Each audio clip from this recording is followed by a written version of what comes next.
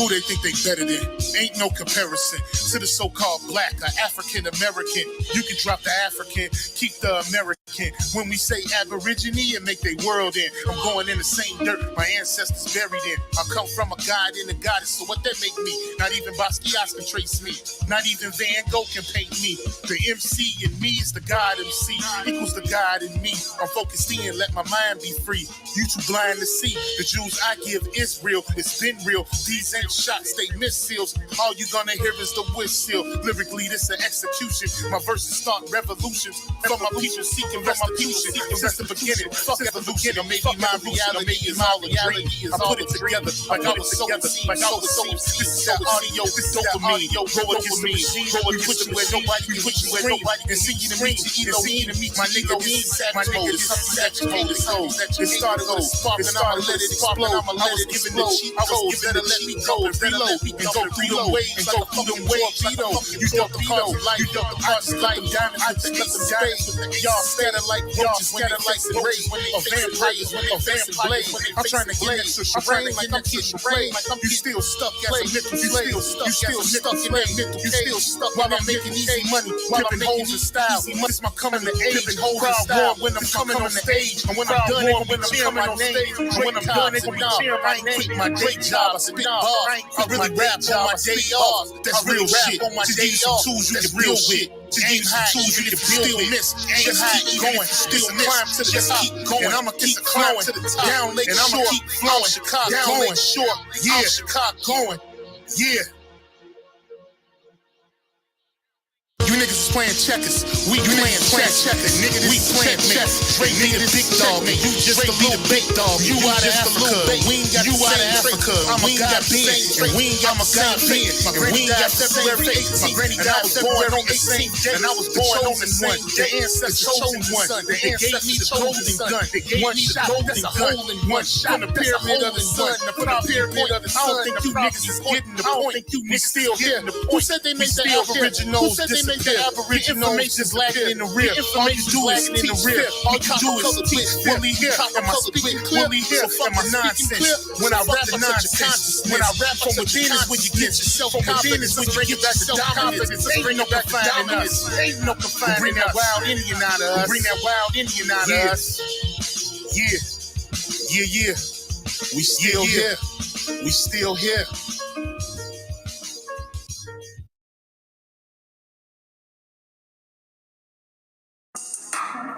Father Ray, Reed Youngin. Come on, man. Fuck a Pan-African, fuck a Pan-African, fuck a Pan-African, fuck a Pan-African. Hey, you niggas trash like some ooh.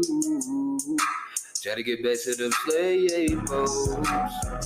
Hey. Try to get back to them slave hoes. Hey. Fucking slave narrative, they phone it. I had this nigga named Toby and he owe me. When the plot crop and the stock drop on top, them niggas going. Sold to the bitter cotton pickers, them my niggas. I'ma come down, feed them chitlins and them gizzards. Nigga, I'm the mister, I whip ya, I kill you. In the big house, go down with your sister. Send it back to you, then I send for your mother. Y'all niggas look out, I'ma work you like no other. Make you pick cotton till the sun come and touch you. Till your damn hands and feet, your foot all bust up. Look me in my eyes, I'ma backhand the buck up. Nah. Shout out to Grandma Foo. Why your man came, she the one that sold you. My crew swam to the show and got you. Good shit, Jesus, man, that nigga came through. Hey, fuck a Pan-African, fuck a Pan-African, fuck a Pan-African, fuck a Pan-African. Hey, the niggas trash like some ooh. Trying to get back to them slave hoes. Hey, trying to get back to them slave hoes.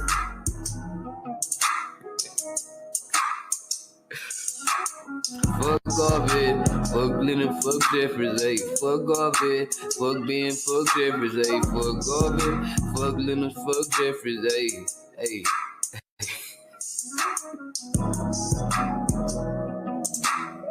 Play with this shit, dude.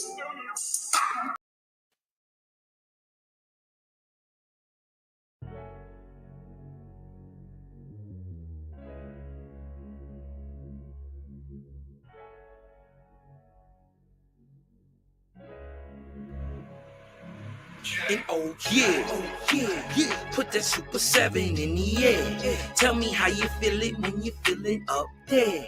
When you in the sky breathing rarefied air. When you breathing rarefied air, oh yeah. Put that Super 7 in the air. Tell me how you feeling when you feel it up there. When you in the sky breathing rarefied air.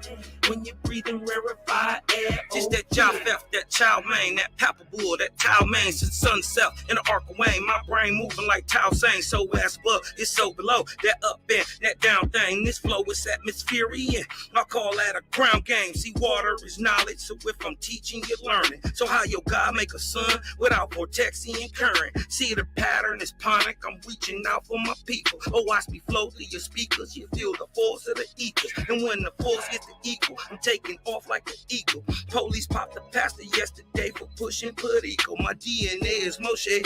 Mix that thing with higher water. My spirit rate is OTN. It's just a higher order. Got more light than Kavita. Rap a lot just like Tila. Went from sinner to saint. Shout out my big homie Sela. Got more torque than a sports car.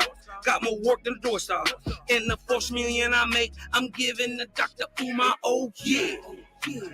Put that Super 7 in the air. Tell me how you feeling when you feeling up there. When you in the sky breathing rarefied air. When you breathing rarefied air, oh yeah. Put that Super 7 in the air. Tell me how you feeling when you feel it up there. When you in the sky breathing rarefied air. When you breathing rarefied air, oh yeah. Super 7 in my rites and ceremonies. I'm married to Jehovah, holy matrimony. Confucius say, in the words of Caillou, before you hit the tomb, be a bridegroom.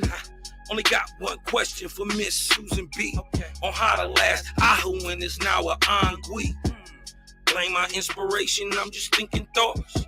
But in the way of God's, we gon' keep it short. Why Jesus wanna kill me, Matthew 10:34. Just a couple questions that I'm needing to know. Oh, watch me flow, it's so potent. Set the vortex in motion. Super 7, I'm floating across the Aegean Ocean. Oh, you a Muslim now, so I guess you make it Salat. Well, I'm an Israelite, I'ma make him at the Shabbat. Got Moses on the bumper, super slap off in my spaceship photosphere. So I stay lit, peace and light to the faith is so yeah. Put that Super 7 in the air. Tell me how you feeling when you feeling up there.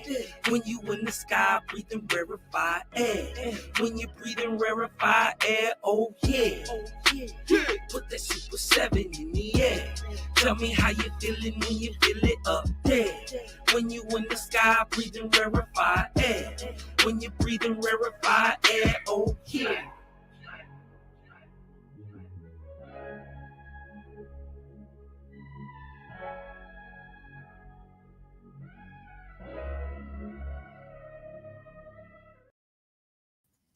Yes, peace and love to all the Aboriginal, Indigenous, Indians. Hey y'all, peace and love. I hope you guys are doing well. Yes, shout out to everybody. I was trying to give people some time to come in, but in the meantime, I'm gonna just wrap the y'all and shout out the chat and shout out to everyone who's going to come in and take a look at what I have to say today. I'm going to try not to be long-winded or anything like that. So yes, hey Big Dog Philly OG. Hey Chief Akeem Allo. 10AC King, Knowledge Seeker. Hey Enox. Carver Goddess, my sister. Hey Kodak. Hey Cuddy. What's up, Wolf? Yes. Hey Smoke Signal. Yeah, so shout out to everybody, man. Hold up. Look at me. I'm already up here with the bullshit. Hey, Big Chief All American. Y'all, listen. So I've been thinking a lot, y'all. So I know y'all see the title of the video. It's going to be not the video of the live, the roots of racial classification, early origins. So look, y'all, I was having some difficulties when I saw these skulls and everything like that, right? That depict all the people and not depict all the people, that depict all the so-called races of everyone, right? And I think what I found most fascinating is how they use these ideas from the 17th century, 16th century, all of these years ago. And I feel like these things are like the catalyst behind a lot of the racist things that we have to deal with and experience today, even down to uh looker shit and skin color and uh body structure and all of these different things that they try to use to differentiate people from one another. And so I guess when I'm talking about this, I'm thinking about like taxonomy, right? So like taxonomy of human types, categorization, reclassification or classification of different human beings, you know what I'm saying, based off characteristics and traits. So I mean, when we're talking about traits, right, we're talking about physical attributes, personality traits, psychological characteristics, and pretty much any other feature that can distinguish you one from another, right? And I'm not sure if this, I think that this science is most definitely pseudo for sure. But I just wanted to see what y'all thought about it. I found a great lecture by a Black woman on this topic. And I'm just going to read like a brief little reading behind some of these people who have something to do with this work. And I think that a lot of this work encompasses a lot of the more current, up to date racial pseudoscientific thoughts and perspectives. So yeah, y'all. Let me I just want to go to one more break. What's wrong?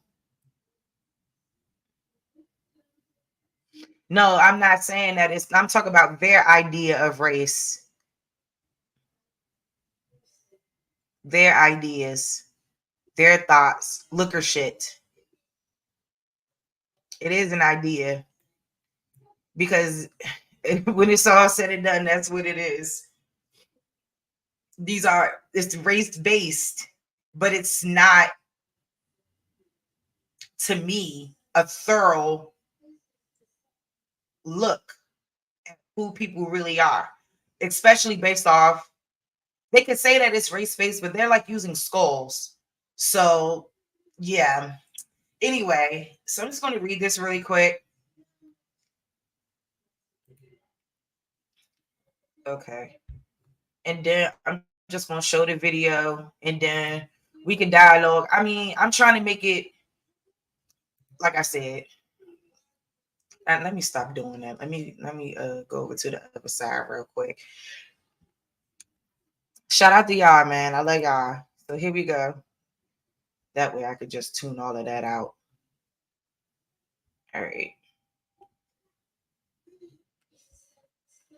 So this comes from understandingrace.org, early classification of nature, 1680 to 1800. It's a quick read, so it's not going to be too long, okay? But this ultimately will help y'all understand where the woman is going to lecture from, and like just these ideas of who people were and who was the prettiest, and oh god. Okay, so anyway, expanding on the work of Carlos Linnaeus, German professor of medicine, Johann Friedrich Blumenbach introduced one of the race-based classifications in on the natural variety of mankind. In the second edition, Blumenbach changed his original geographically based four race arrangement to a five group one that emphasized physical morphology, the study of the form of an organism. Blumenbach's five categories were Caucasian, the white race, Mongolian, the yellow race, Malayan, the brown race, Ethiopian, the black race, and American, the red race. Although he retained geographical names for his categories, the change marked a shift from geography to physical appearance. Okay. The Age of Enlightenment provided the backdrop for 18th century European theories about human difference. Exploration of Africa, Asia, and the Americas brought Europeans in contact with people whom they found quite different. The rise of prominent Enlightenment thinkers, including Voltaire, Jean-Jacques Rousseau, Immanuel Kant, and David Hume, among others, greatly influenced European ideas about economics, government, and science. The framework of Enlightenment philosophy in Europe was the belief that reason and rationality provided an authoritative system of ethics, aesthetic values, and knowledge.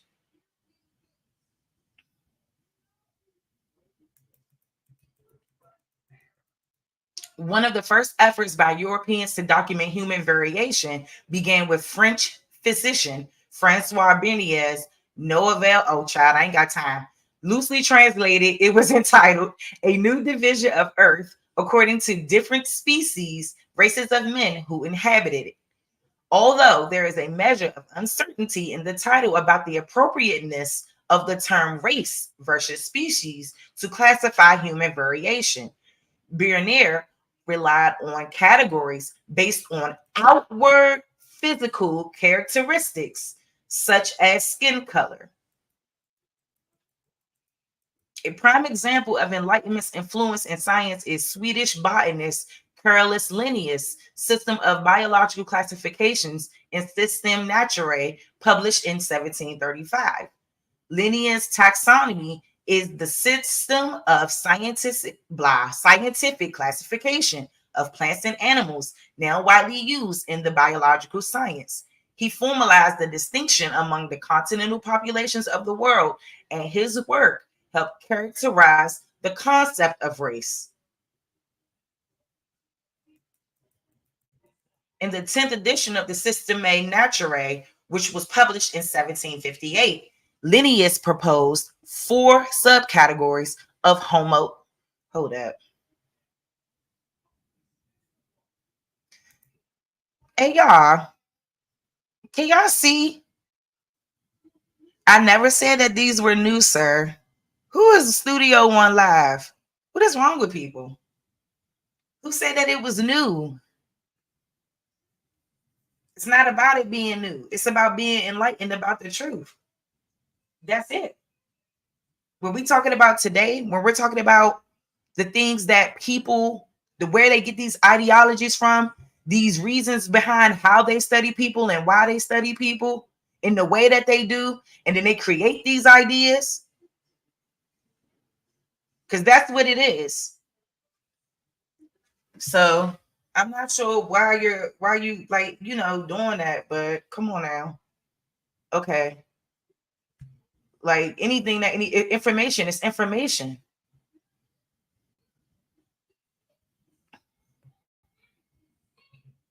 So we're gonna keep going because the lecture is very, very informative as well, guys. So let's just keep. I just wanted to read this first so you all can get an understanding of what she is saying.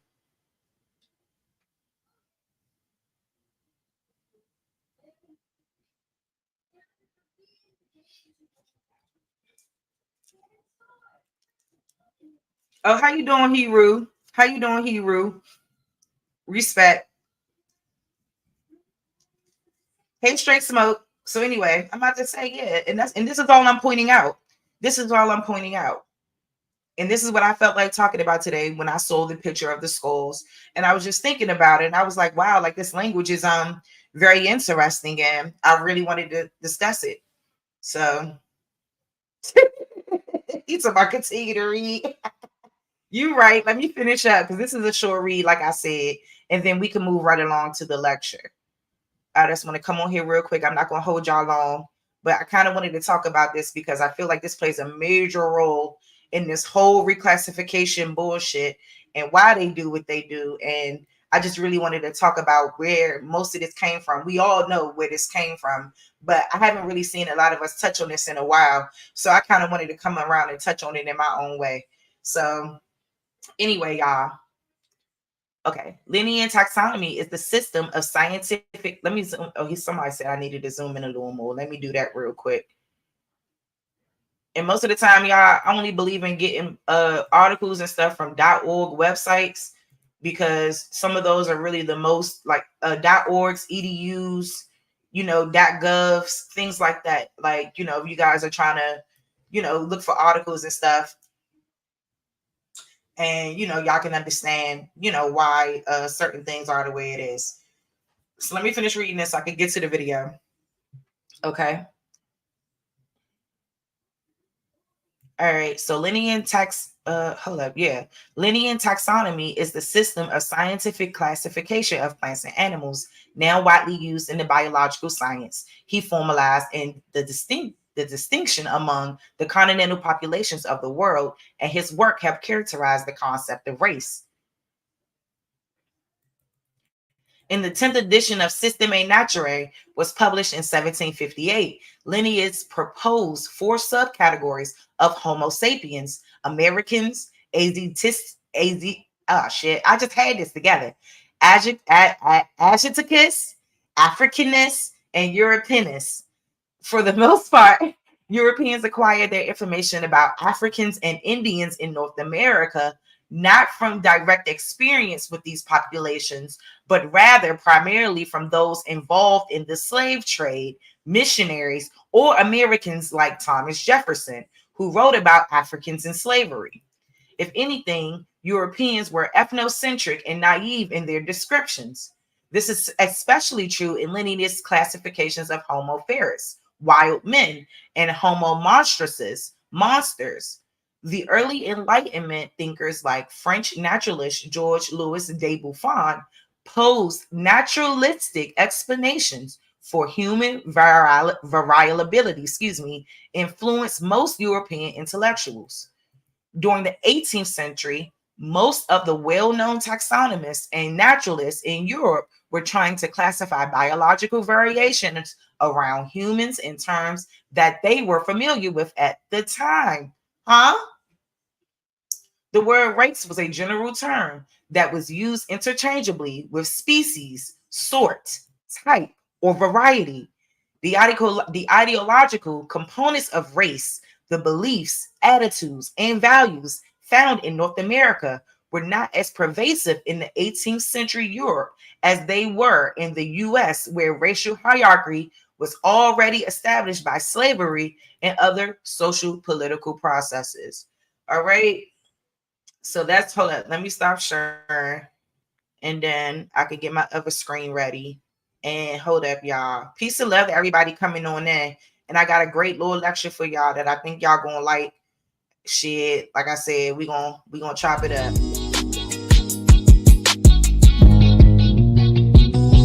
Say I'm hustling and I'm grinding.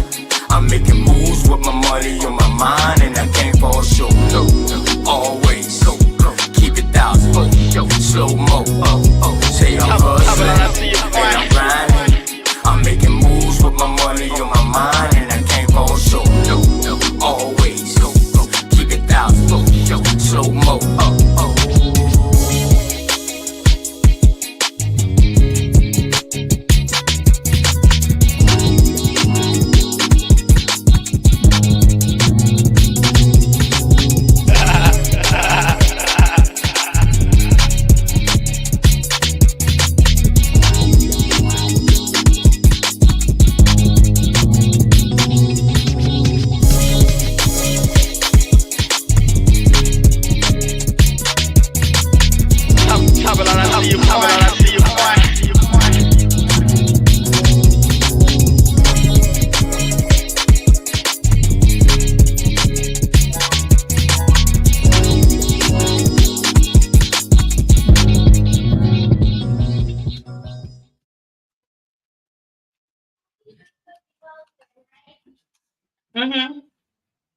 Peace and love to all the Aboriginal Indigenous Indians.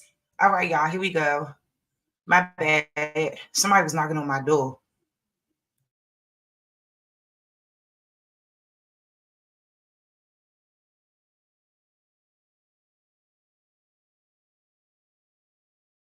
It's playing double. Y'all heard it 2 times. Sorry, y'all. Hold on. Let's make sure this is good.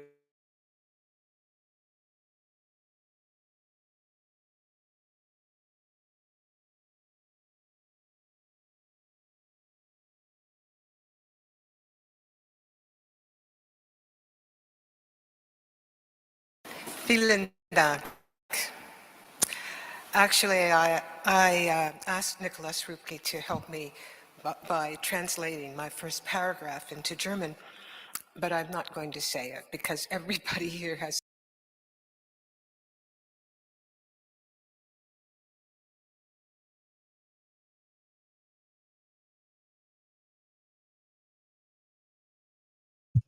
Was that an echo, y'all? Could y'all hear that clearly? Was that an echo? Because hold up, maybe something's open that shouldn't be.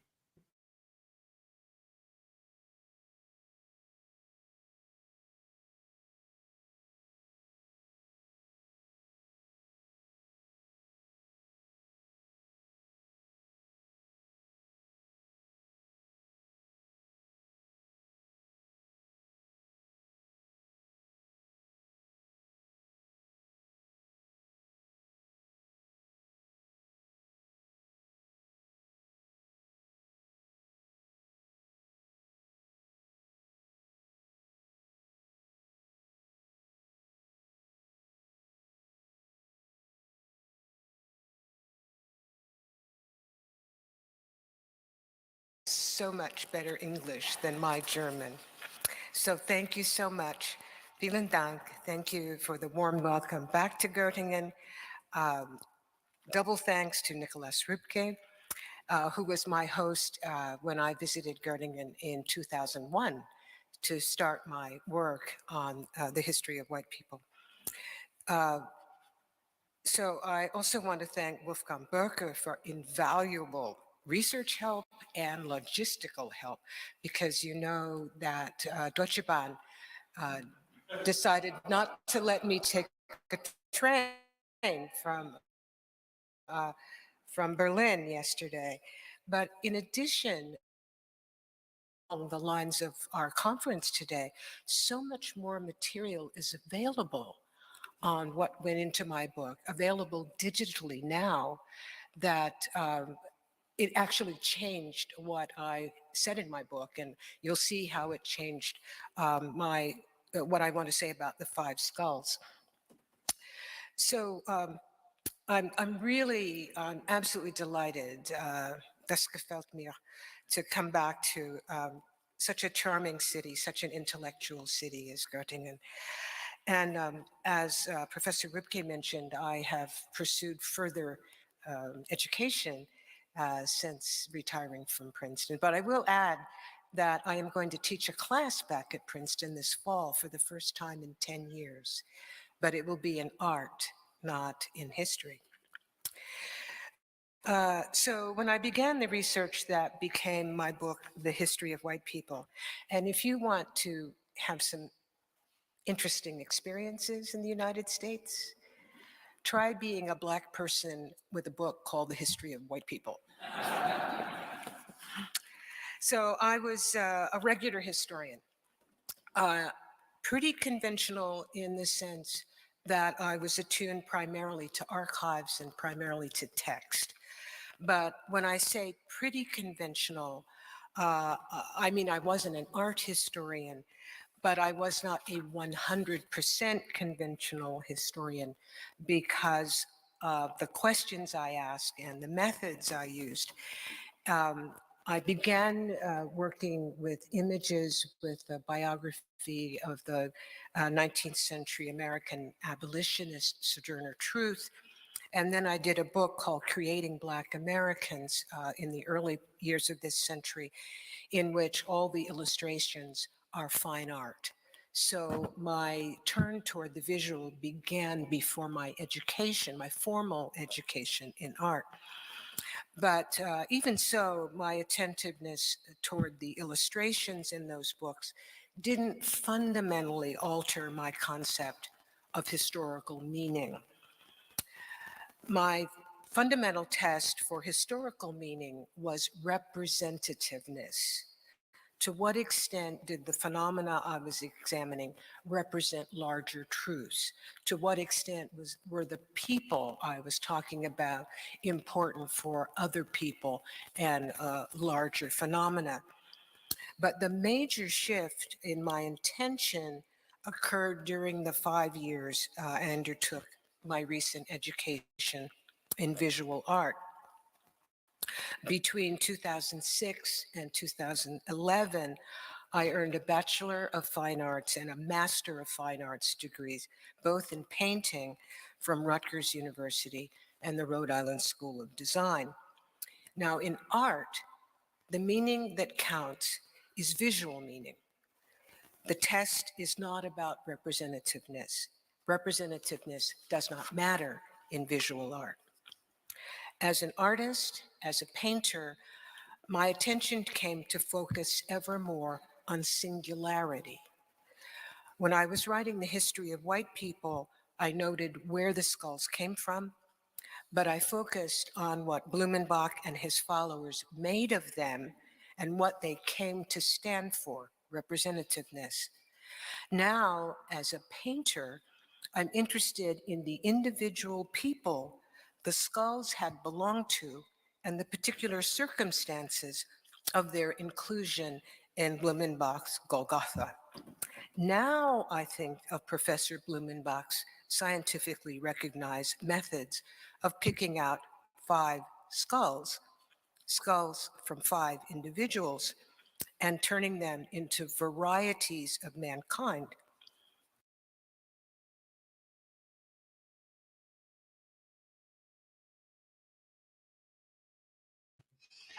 Uh-oh. Uh-oh. He picked out these skulls, and all of a sudden, this is applicable to all mankind. Okay.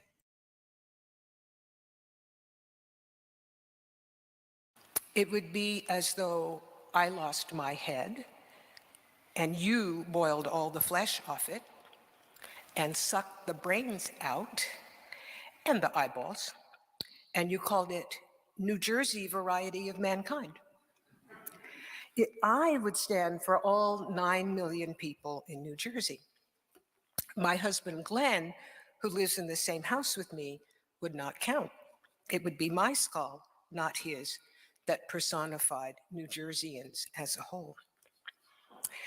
You can see the imprint of my art education in my book, The History of White People. Since its publication, I have made art that implicated me even more deeply in the particular. As a painter, I must give you a lecture with lots of pictures in it. I'll be showing you art by me and by other artists. The historian's heart still beats in me, and it prompts my conclusions regarding sexual vulnerability, empire, and its prerequisite, warfare. Professor Schultz has given you an excellent and comprehensive account of Blumenbach's skull collections, and I'm very grateful to follow that. I am dealing only with the five skulls that became emblematic, the five skulls, or as we say today, the five races. I want to emphasize Blumenbach's arrangement according to aesthetic judgment, for beauty counted so heavily in his assignment of the nomenclature that has stuck to this day in the United States, Caucasian. Caucasian as a term with scientific connotations, standing for the more vernacular and much more common white people. As a reporter in the New York Times said, Caucasian is to white as vehicle is to car. Blumenbach arranged his skulls horizontally, not hierarchically, which is the pattern that the racist scholars following him preferred. The two skulls he placed at the ends, he called the ugly ones, the Mongolian on the far left and the Ethiopian on the far right. His most beautiful skull, the Caucasian, was the skull he put in the middle. Between the Mongolian and the Caucasian was the skull he considered intermediary, the American, and between the Ethiopian and the Caucasian was another intermediary skull, the Malay. Now, I worked from Thomas Bindishi's 1865 English translation of Blumenbach's treatises. And in that book, and you see this fold out accordion of the etchings of the skulls. When I wrote, I had not seen the photographs and the videos that we saw today. So first, the Mongolian skull. Uh, this was the first of the two ugly skulls. Skull came from Siberia from Georg von Asch, um, and you have already been introduced to him. This is a man who has a name, Tishfin Amarov of Siberia.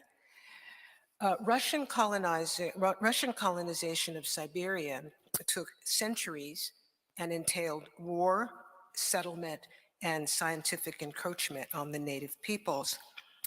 Von Asch may well have received the skull from friends Johann Göring and Jan Gottlieb Gorgi in the Russian Academy from the Russian Academy expeditions of 1768, 1774.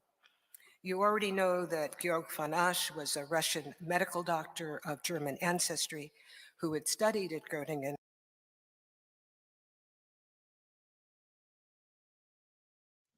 So she just said that they got these skulls. He got this skull from two people he know, basically. Two medical doctors that he know. And he got these skulls from them.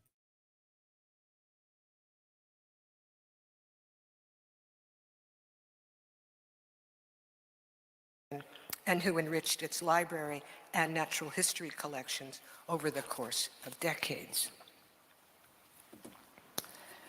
Von Asch served in the Russian Imperial Army of Catherine the Great, and with Catherine and Asch, empire went hand in hand, in hand, in hand with scholarship. The Blumenbach collection names this skull as Tungus.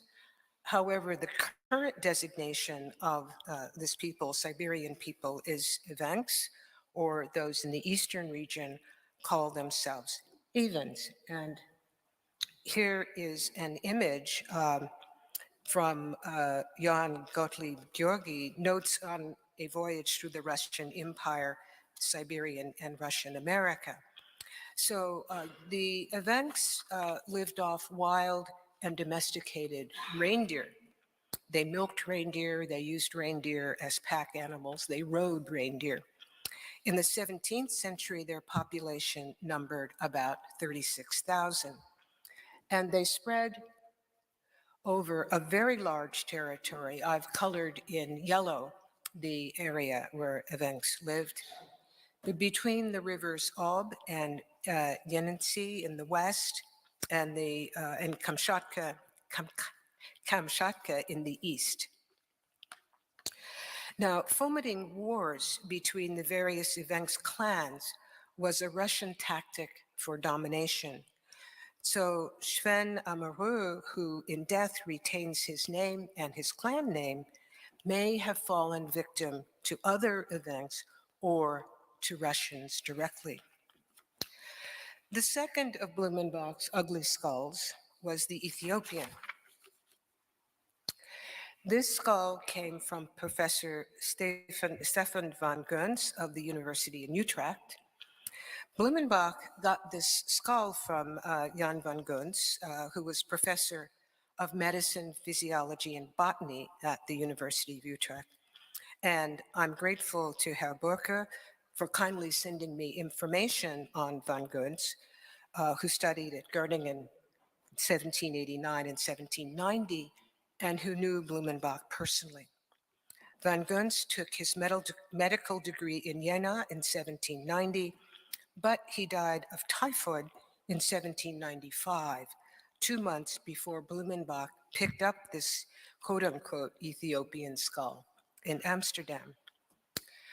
Blumenbach described this skull as coming from Guinea, that is, from the Bight of Benin in West Africa, and it's having belonged to the concubine of a Dutchman. This woman would have come from the Dutch slaving settlement of Elmina in what is now the Republic of Ghana. The Dutch West India Company seized Elmina Castle from the Portuguese in 1621, but slaving trading depended upon agreements between Europeans and the local people who controlled supply from the hinterland. By 1701, these were the Ashanti.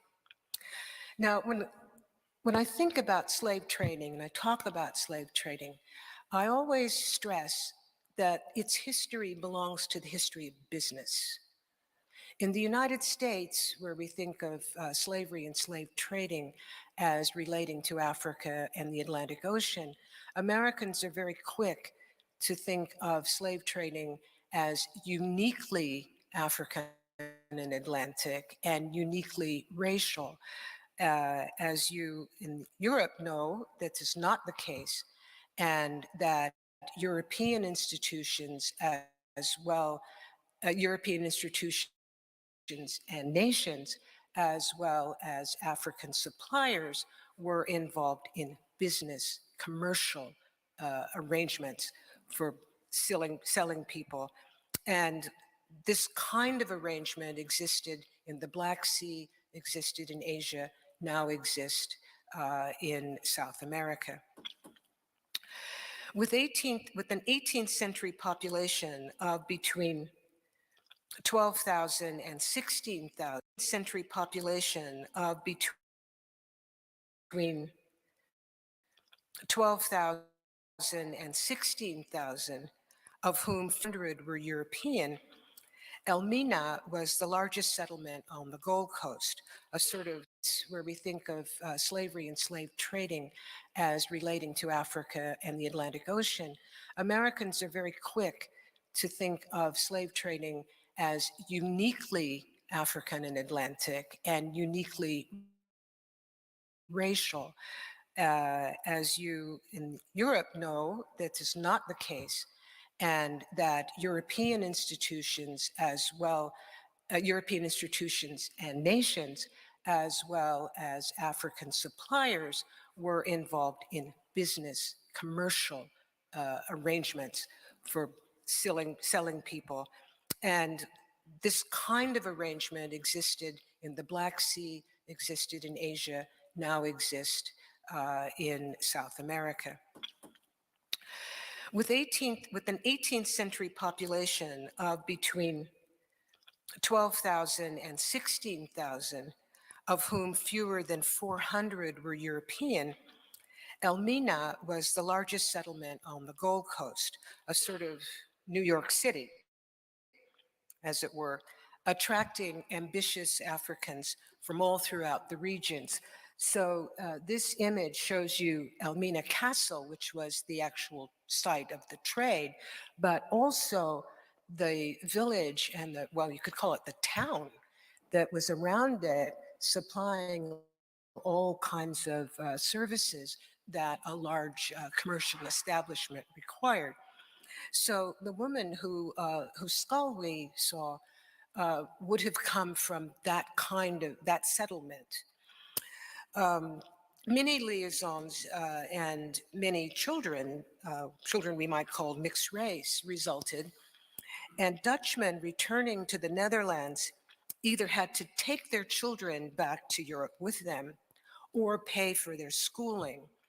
There was not provision for wives, and I'm calling the woman whose skull we see as a wife because the Dutchman, who has no name, kept her by his side from Elmina to Amsterdam. She died in Amsterdam when she was 26. So concubine sounds more casual than someone to be kept at one side across the continents. And here,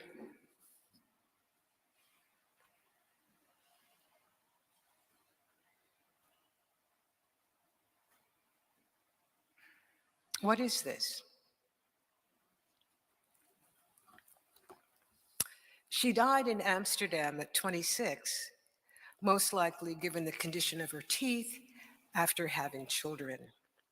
Whether wife or concubine, sexual intimacy attached her to the man who took her to Amsterdam. Ultimately, this unnamed woman lost her life in Amsterdam and her head to Professor von Gunz. Blumenbach designated two intermediary skulls, the American and the Malay. First, the Malay. This skull came to Blumenbach from Joseph Banks. And Blumenbach corresponded with Banks in several languages and over the course of years, trying to get a skull out of Banks. And Banks kept explaining that it was hard to get people to part with their heads. But this skull, Blumenbach got out of the foremost English naturalist of the late 18th century, Sir Joseph Banks, by dint of several pleading letters in different languages. A wealthy scientific prodigy, Banks was made a Fellow of the Royal Society at age 23. He served as Royal Society President from 1778 until his death in 1820. In my collage,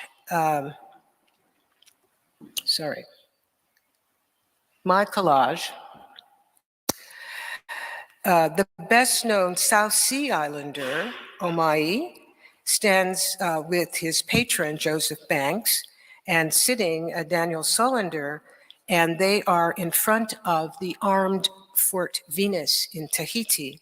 And down below, you have a Tahitian boat. Omai was from Raitan, the next large island in the Society Islands north of Tahiti. He was the second political islander to visit Europe after Ahutoru, who Bougainville had brought to Paris in 1760. Omai spent 2 years in London as the guest of Joseph Banks. He did not leave his head. He returned to the Pacific and he died there at age 26. Daniel Solander was a Swedish naturalist and doctor who accompanied Banks on Captain James Cook's first great voyage of 1768-1771. As those of you in the conference have already heard, Banks went with Cook to observe the transit of Venus in the South Seas. The transit of Venus is when Venus crosses between the Earth and the Sun. And this was important to scientists around the world, including Russia, but it was especially important for the British because it was helpful for navigational purposes, for calculating longitude. So for this purpose, Banks and Cooks erected Fort Venus, which you see in the back there, which mounted guns on its turrets against people like the owner of the skull that joined Blumenbach's collection. The fortifications protected against people living like this. This is a scene in Tahiti from Captain James Cook's first great voyage. This scene looks peaceful, but the local people were not necessarily welcoming, as Captain Cook was warned. He was warned that Captain Wallace, who had the first Westerner to encounter Tahiti, as Captain Wallace has represented the island to be very populous and the natives to be rather treacherous than otherwise, you are to be cautious not to let yourself be surprised by them, but constantly be on your guard against any accident. While attending to the transit of Venus, Banks and Cook encountered breadfruit in Tahiti and figured it as a cheap source of food for sugar workers in the West Indies. And here is James Cook with breadfruit. Banks offered a cash reward and a gold medal to whomever could transplant breadfruit to the Caribbean. The result was the British naval expedition of 1787 of William Bligh, the captain of HMS Bounty. And here is Bligh and a team digging up breadfruit in Tahiti. I have not messed with this one. After 5 months of digging up breadfruit, Bligh's men mutinied. Some said it was because they didn't want to leave their girlfriends.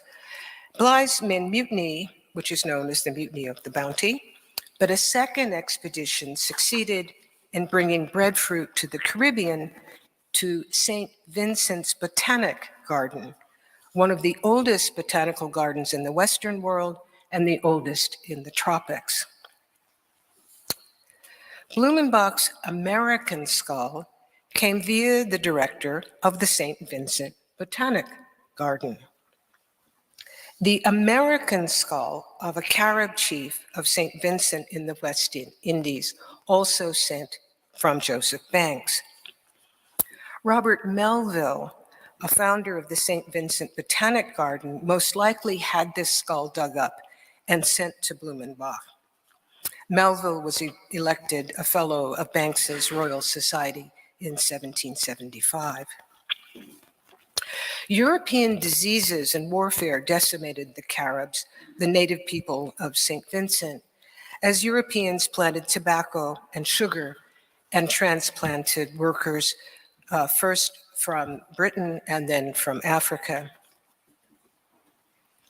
My image shows a Carib family vanishing in the face of vast sugar planting. For Blumenbach, the Malay and the American were both in between in terms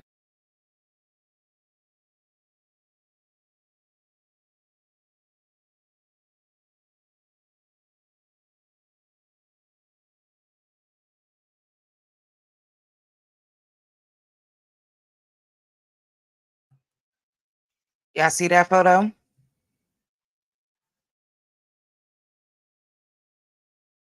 Just wanted y'all to get a little up close and personal with that one. See how I look.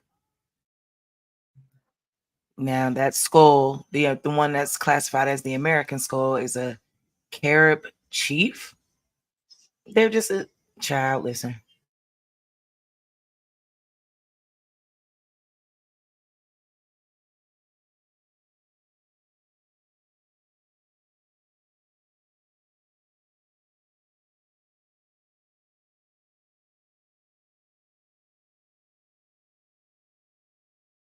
of beauty and skull shape. We can add that Joseph Banks and breadfruit in the quest for cheap foodstuffs also linked them together through American sugar plantations and New World slavery. We will soon return to slavery, but in the Old World. Over the passage of nearly 2 centuries, Blumenbach's intermediate categories of humanity have fallen by the wayside, leaving in the orthodoxy announced by anthropologists in the mid-20th century only 3 real races: the Caucasoid, the Mongoloid, and the Negroid, in that order of preference, perhaps, if the anthropologist had been pressed, also in beauty. I have already mentioned the Mongoloid and the Negroid. Well, that's 20th century talk. You know, you have the oid at the end to show its science. So we've already mentioned the Mongoloid and the Negroid skulls, but what of the Caucasoid? Blumenbach's Caucasian skull, in his words, as rendered in the 19th century English translation of a book Blumenbach had composed in 18th century Latin, as written in Germany, says, and Blumenbach says, "The really most beautiful form of skull, which my beautiful typical head of a young Georgian female always of itself attracts every eye, however little observant."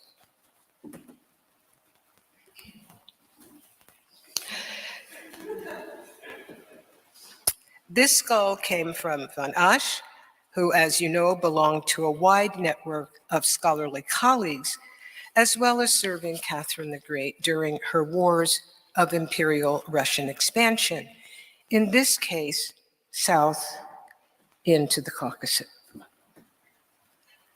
That's the one you squared up.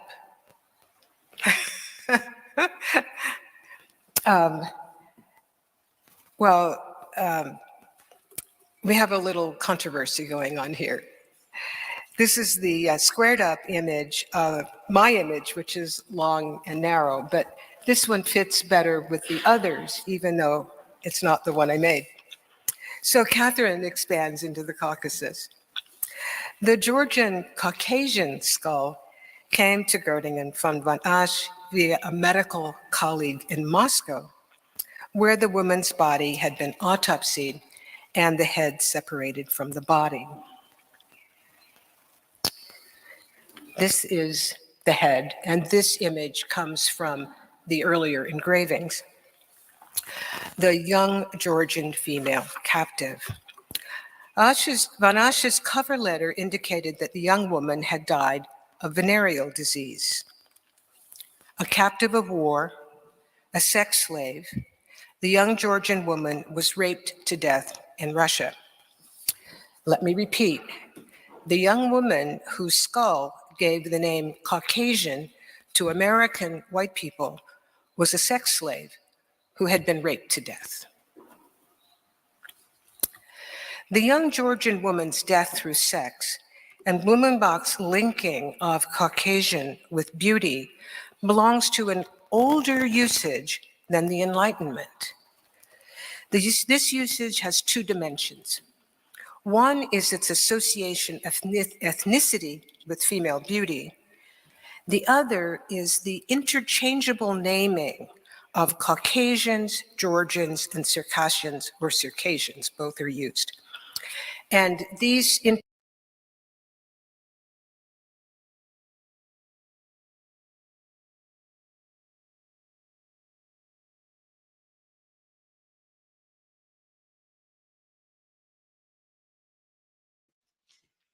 I bet y'all wondering how they determined all of that shit by looking at somebody's skull.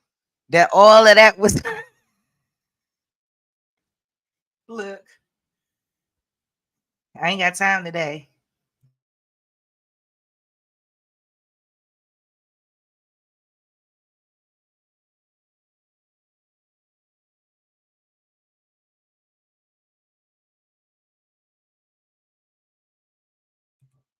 My exact thoughts.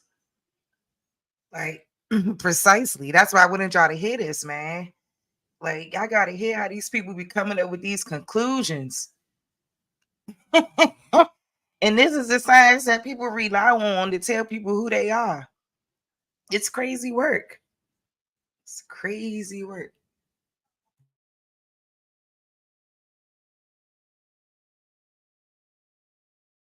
interchangeable people as the most beautiful people, that is, the women, the most beautiful people in the world.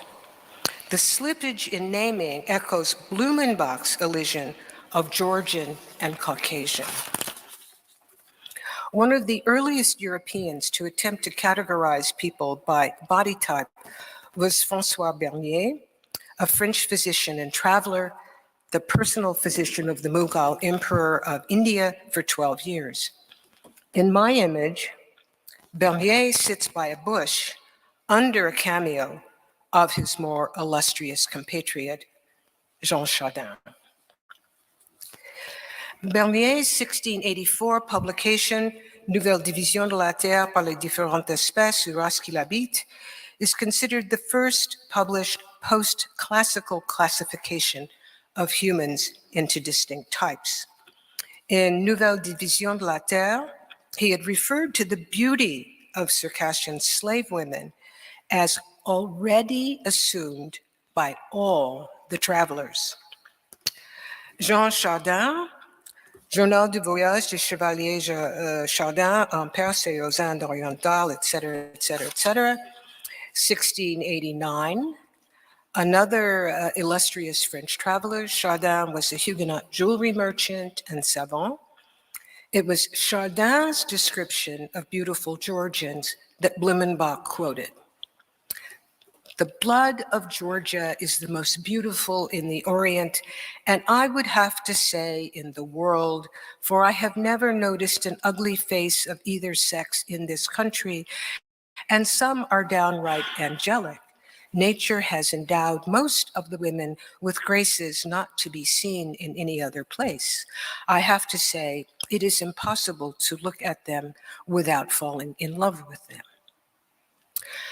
Now, this kind of description is the most famous associated with Chardin, probably because of Blumenbach. But Chardin wrote a lot more about the people of the Caucasus. He was going through the Caucasus. And interestingly enough, what I just read you has been translated into English. The larger discussion of the people of the Caucasus has not been translated. Luckily, I can read French, and I found it. And there Chardin says, these blankety blank people are a bunch of brigands. They will sell their mother, they will sell their sister, they sell their children, plus they smell bad, and the women wear too much makeup. At any rate, this is how we get Chardin translating the idea of Circassian, Georgian, Caucasian beauty.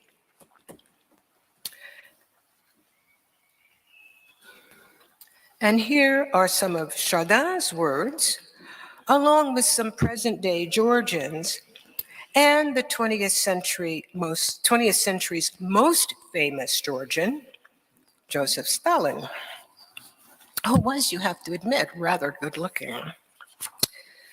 Chardin's view was commonplace by the time Blumenbach wrote in the 18th century.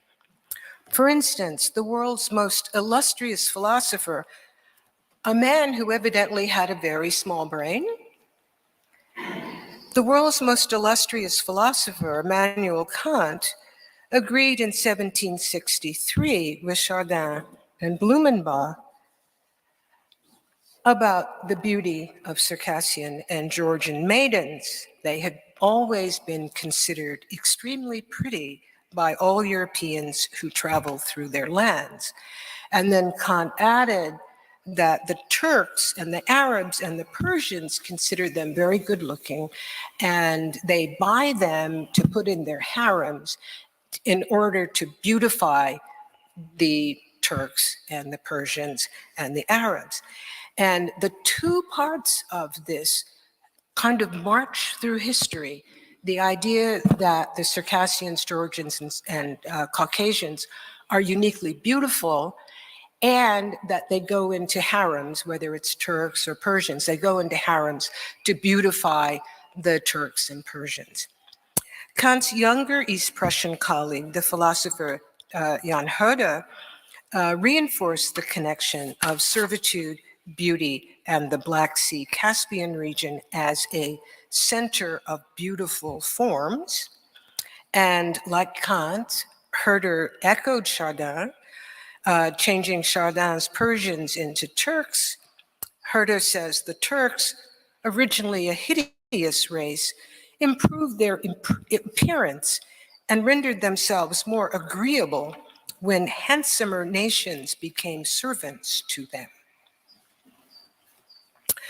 In the English-speaking world, Edward Daniel Clarke made his career as a tutor in Cambridge University. He was a member of the Academy of Sciences at Berlin, the Cambridge Philosophical Society, and other learned societies of the prevailing scholarly network.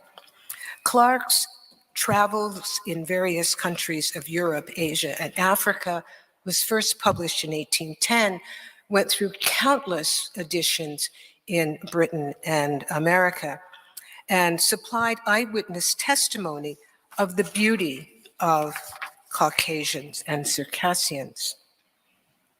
Here is Edward Daniel Clarke.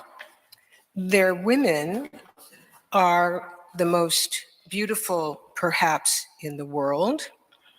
Once again, the notion of Caucasian beauty appears as established in Clarke's work. Beauty of feature and of form, for which the Circassians have so long been celebrated, is certainly prevalent among them. Their noses are aquiline, their eyebrows arched and regular, their mouths small, and their teeth remarkably white. Once again, Circassian beauty resides in the enslaved. Their women are perhaps the most beautiful in the world, of enchanting perfection of features and very delicate complexions. The females that we saw, all of them, were accidental captives of war who had been carried off with their families. They were, however, remarkably handsome. The sources from Chardin to Clark and beyond always associate the idea of surpassing beauty with captivity and slavery. For this reason, beauty, science, and slavery merit their own chapters in my book, The History of White People. They are important but under-theorized themes in the history of science. The historical roots of the Black Sea slave trade stretch back before the 5th century BC, when the pioneering Greek historian Herodotus mentioned it.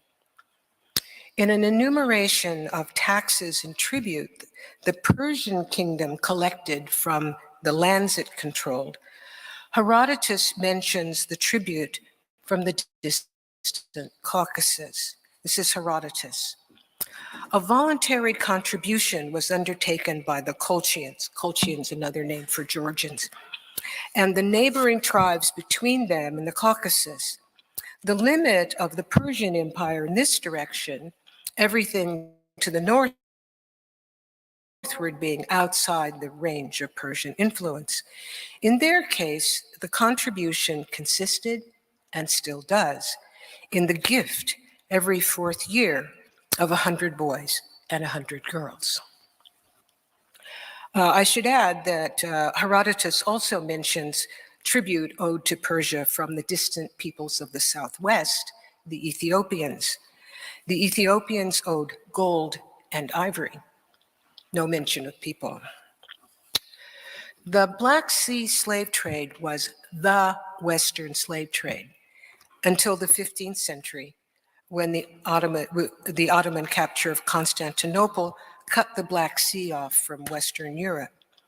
At that point, the Atlantic slave trade became the Western slave trade, first in the service of tobacco, and then in sugar, and then in cotton. Jean Chardin was traveling on the Black Sea when he described the beautiful slave woman in the passage that Blumenbach quoted. The woman was 25 years old with a smooth, even lily-white complexion and admirably beautiful features. I have never before seen such beautifully rounded breasts. That woman inspired overall sensations of desire and compassion. That woman was in a boat full of slaves. So Chardin was on a boat, which included a Greek merchant, and the Black Sea slave trade was controlled by Greek merchants. And so Chardin listed the prevailing price list. The price was erotic. Pretty girls, aged 13 to 18, 20 écus. Plainer girls for less. Women went for 12 écus. Children for 3 or 4 écus. Men aged 25 to 40, 15 écus. Those older, only 8 to 12 écus. The Greek merchant, whose room on the boat was near Chardin's, bought the woman and her baby at the breast for 12 écus. For some 120 years later, Edward Daniel Clark also mentioned the Black Sea slave trade and gave relevant prices.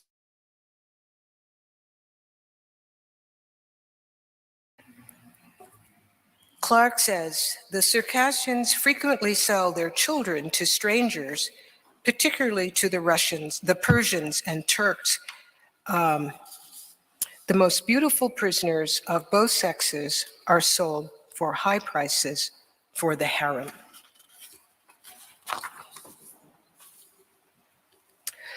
A Circassian female, 14 years of age, conscious of her great beauty, feared her parents would sell her according to the custom of the country. The women were selling generally for from 25 to 30 rubles apiece, somewhat less than the price of a horse.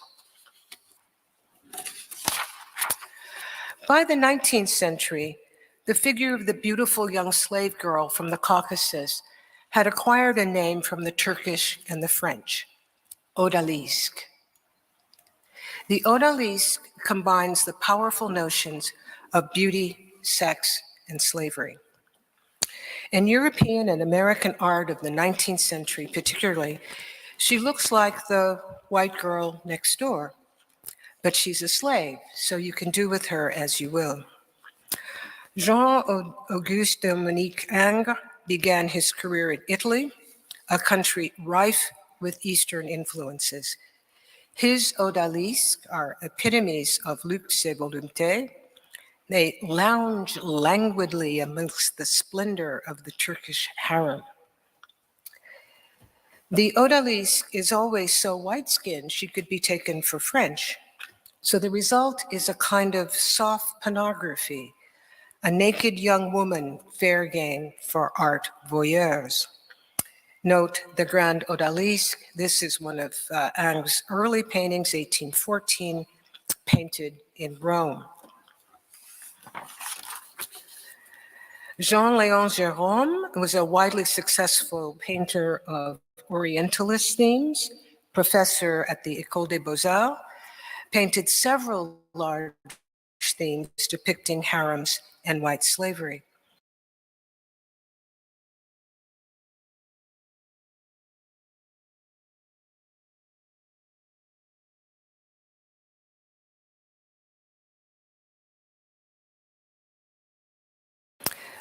This one is entitled The Slave Market.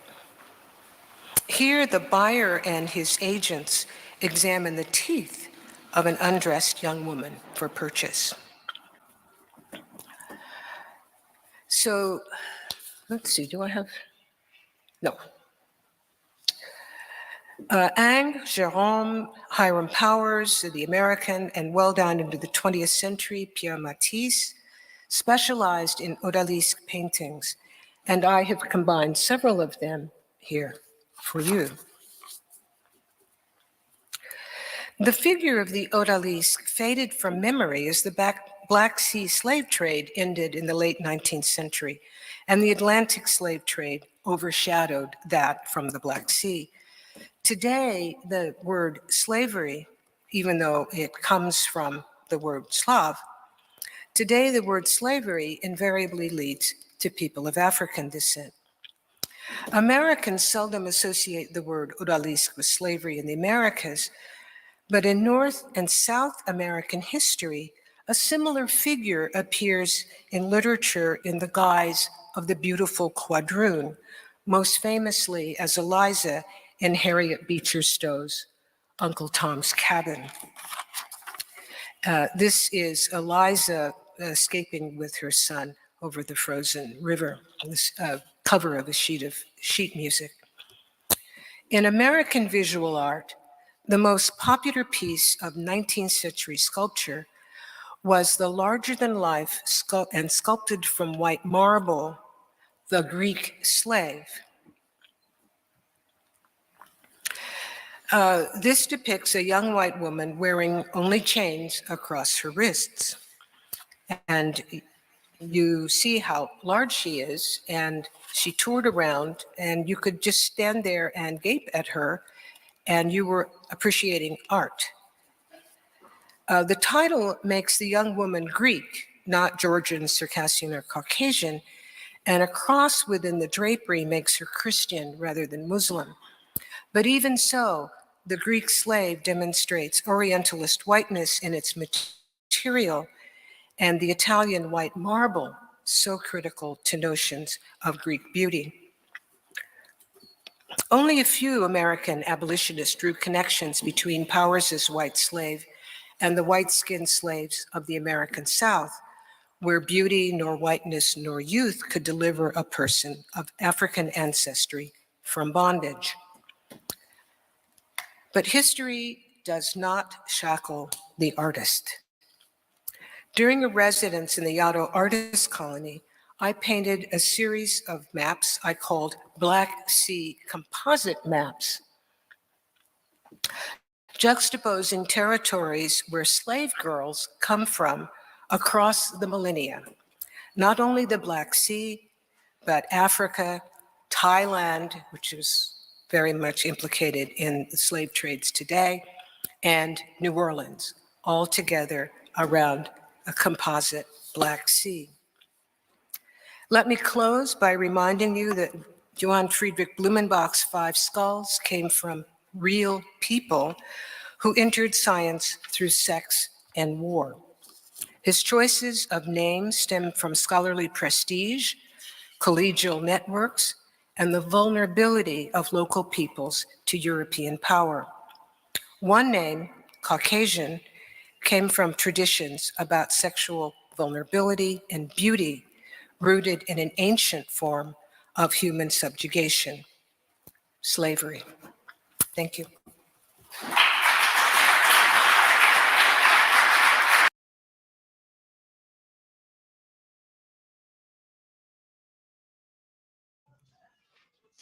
All right. All right, y'all. All right, y'all. I think I got one more for y'all, but I really hope y'all like that.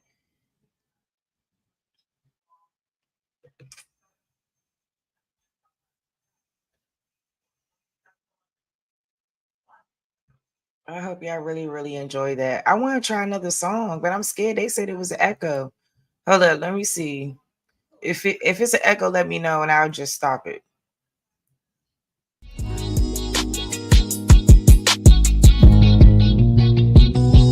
Say I'm hustling and I'm grinding. I'm making moves with my money on my mind, and I can't fall short. No, always keep it thousand. Slow mo. Say I'm hustling and I'm grinding. I'm making moves with my money on my mind, and I can't fall short. Always keep it thousand. Slow mo.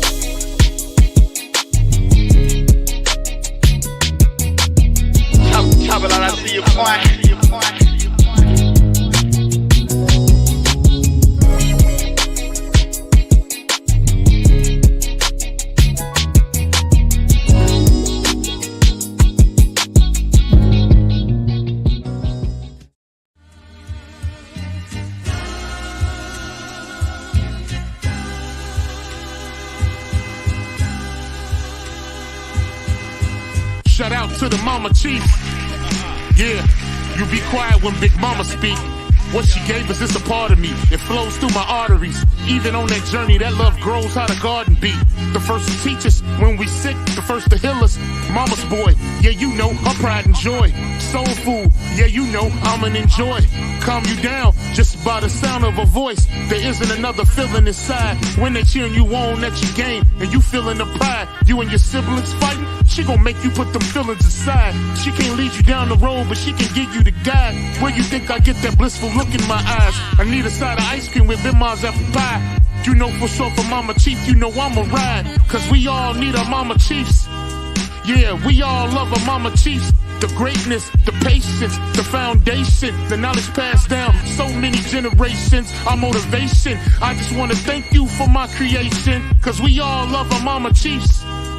Yeah, we all need our Mama Chiefs. Yeah, we all ride for Mama Chief. The dedication, I seen your tears at my graduation. Now look, ma, your boy done made it. You the reason I'm one of the greatest. Yeah, cause we all need our Mama Chiefs. Yeah, we all love our Mama Chiefs. Yeah, we all ride for Mama Chief. Now be quiet, let Big Mama speak. Yes, peace and love to all the Aboriginal, Indigenous, Indians. Shout out to just everyone in the chat. Thank you guys for coming through. I hope you guys enjoyed the conversation about taxonomy, about about what else? Now I ain't talked to Kat, y'all funny. Nah. about taxonomy, about the origins of these skulls and how these skulls came about and how they've used these skulls to determine race and ethnicity and where people come from. Shout out to everybody in my chat. Hey, Juan Truth. Hey, Nate Baggy, Aboriginal Israelite. Hey, Sap. Listen, y'all, I do got one more for y'all since y'all in here. Fuck it. Rock with me real quick. So, like, this is about a story about a young lady who passed away in my city some time ago, but it's more like a cautionary tale about things that go on in the hood every day. I've been on my DC, showing y'all stuff that be going on in DC or that went on, people who putting in good work. Shout out to my brother DC Raw and Uncut. Y'all follow him on his YouTube. Y'all check out his platform and situation. He got a lot of dope history in terms of 1930s, 1940s DC history. All of that stuff, y'all, is dope. And I can't wait to get on his level. So I'm going to show y'all this real quick. It's 2 parts to it. But if y'all like this one, I'll play the second one. But if not, we not about to trip. But since we rocking, let's rock.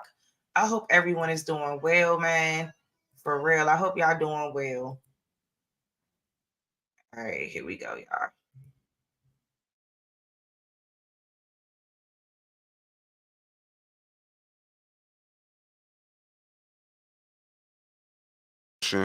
Remove your ego. Lesson of the day: never move off emotion. Remove your ego. Listen more and say less. Night Rider 707 back with a weekly upload. Please, if you sub, click the notification bell so you'll know soon as I upload. Shout out to everyone that's hospital. I'll put hashtag South Carolina if it's me and you don't want to see that video. In Northwest Washington, like Darlene Brown. You can't even breathe in there. Got more and more. But that's your right. So, man, let's get right into it. Residents of Sursum Corda in Northwest Washington, like Darlene Brown. You can't even breathe in there. Got more and more frustrated. You can't sleep. It's so uncomfortable. Tuesday afternoon, underground cables failed. Boom, the manhole cover jumped up about 6 feet high, knocking out power to hundreds of residents who live in this private cooperative of nearly 200 units.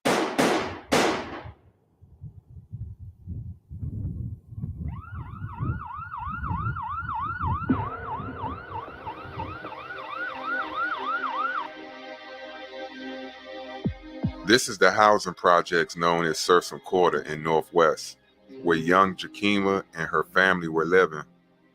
I haven't been on site to see how much of it changed now, how much of it is knocked down, but I've seen photos of new buildings that sit where some of the project housings once were. So Sursum Corda, which is a Latin expression meaning lift up your hearts, like most housing projects, was well known for murders, drugs, and a place you didn't want to get caught lamping at too long without someone who was someone from that area. From above, it looked like a little mini maze, the alleys, the cuts, escape routes. Yeah, it don't take much to see why they said law enforcement was afraid to police this area solo at one point.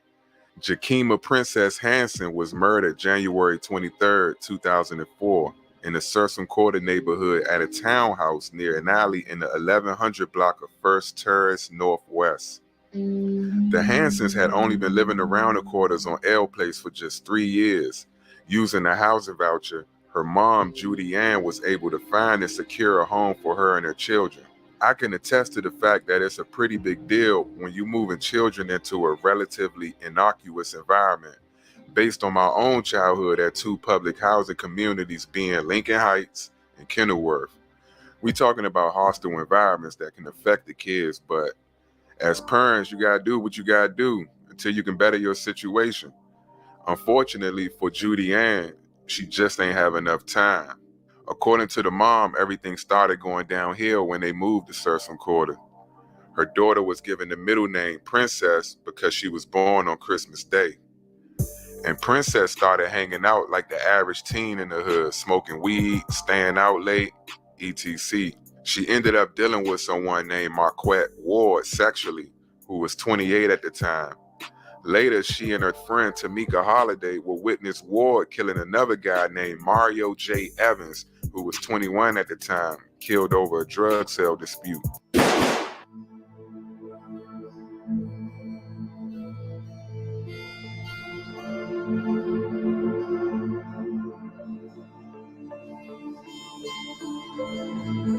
Keep in mind that Sursum Quarters had what I call in-house beef, where crews from different parts of the hood start beefing.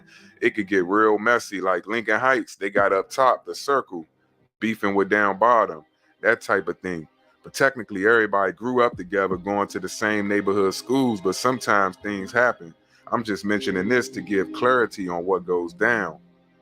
So after Ward fatally shot Evans in the hallway of an apartment building with Hanson and others looking on, Ward grew worried that she was going to talk after secretly following her to a police station where she had been summoned by detectives. But truthfully, Princess didn't get a detective nothing. She basically brushed them off. The days after Evans was killed, Ward was focused only on what Princess might tell the police.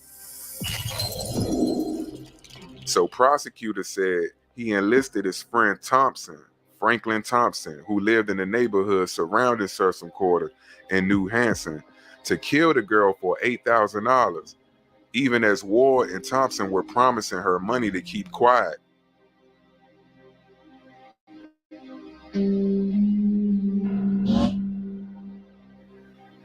I don't know how factual the money thing is, but if this was true, they could have just threw Princess a couple $1,000s and never had to worry about anything. And no, I'm not encouraging anyone to do anything like this, but just judging from this situation, it looked like Princess understood the code of the streets and was trying to capitalize off of it. But you have to be a thinking person to understand murder brings more problems, and when you can utilize money to pay off someone in the street life, it will go a long way rather than taking out a teenager. And now it's national news and the Washington Post, LA Times, heavy police traffic in the neighborhood. You got to lay low. So if you're a hustler, you probably losing more money and risking the most valuable resource given to man, which is time. That's true. Capital TRUE. Time remains undefeated every day.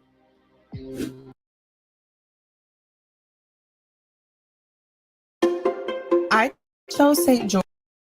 George's University School of Medicine because at the time that I wanted to go into medicine,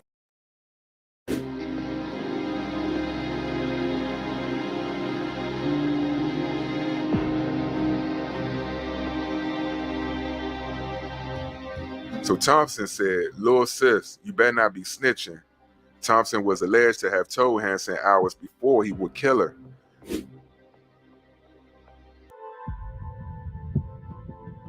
What might have sounded to her like a tough love admonition was in fact a sinister premonition of what would unfold shortly after 11 p.m. Hanson and other children were gathered around the dining table at a friend's residence, laughing the evening away. Sent along to make sure the hit went down, Ward's cousin peeked into the house to make sure Hanson was inside. Then Thompson burst through the door and opened fire. The 12-year-old girl was wounded, but she wasn't the target. Hanson was. And Thompson chased her through the house and ultimately shot her in the head, torso, and leg. Holiday testified that Thompson also pointed his gun at her, but realized that it was empty and then left the house. Princess' mom, Judy Ann Hanson, told the Washington Post that police detectives had offered her daughter protection in exchange for information about the killing. She said police were clear about the danger witnesses face, with one detective telling her that a gunman will come and put you to sleep because he don't want to do 60 years. But her daughter declined the offer and told them she did not see anything. The mother said she was angry at police for not providing more help. Even if my daughters didn't want to say anything, they were supposed to put out protection just in case. Yet they not going to do that. I understand, but it's all one big hustle. Because she wasn't telling, they not going to care about her safety. The same way Princess might have tried to make a little money staying silent, the feds wanted to make their currency in the form of information. The world is one big hustle and people got more ish with them than toilet bowls. So in the end, Franklin Thompson and Marquette Ward were charged and found guilty of murder, firearm charges, and a couple others. Ward was also convicted of the murder of Mario J. Evans as well. Marquette Ward has a release date of 21/17, and Franklin Thompson has a release date of 2059, both serving in separate prisons. Rest in peace to Jakima Princess Hanson, just 14 years old. And there are more stories in the Sursum Quarter area, things that happened after Princess was murdered. It's why I sometimes say change is necessary. Attitude reflects the community, and they build in the community to look very pleasant, and I'm cool with it as long as they make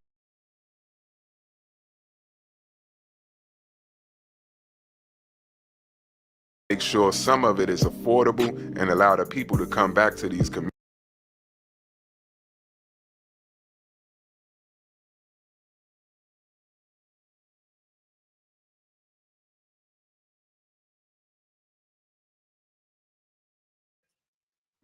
And it look just like that right now, y'all.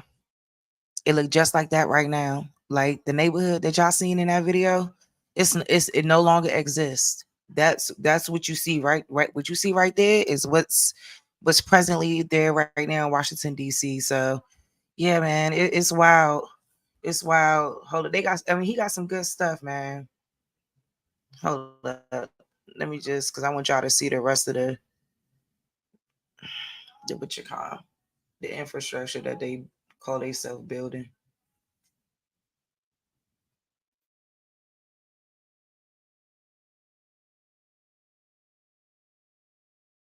Communities, because we lost a lot, man. We lost family, friends, too much territories that have been torn down. A lot of it is and was senseless crimes, but the truth is every group in this country, from the Jewish to the Italians, all had the cities at one point in fear, running the streets, committing the murders, and then given the chance to overcome, given reparations and the chance to change the way the world viewed them. And I believe that we are now living in the beginning stages of the transition of low and middle class Black Americans in the city. And it starts with what we see when we come out the house. Attitude reflects the community. Thanks for watching.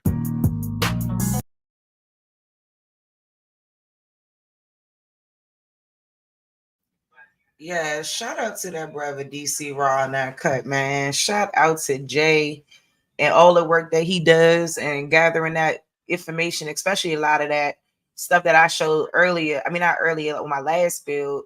You know, he got a lot of raw footage, you know, from those days, man. And it just really brought back a lot of memories. It brought back a lot of memories, y'all. It really did. Hold up. So let me go ahead and play a song. And like I said, we try and work on some stuff, man. And I hope to be able to work with them, just like, you know, I love to collaborate.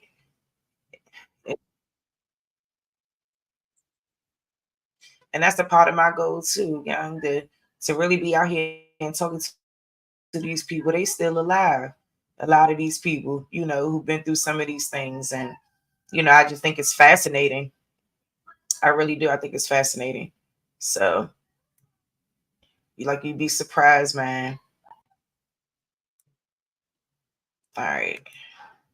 Let me see. Is this the one? All right. Hold up, y'all. Give me a second. These joints can go on and on, but I really enjoy doing them now. Hang on.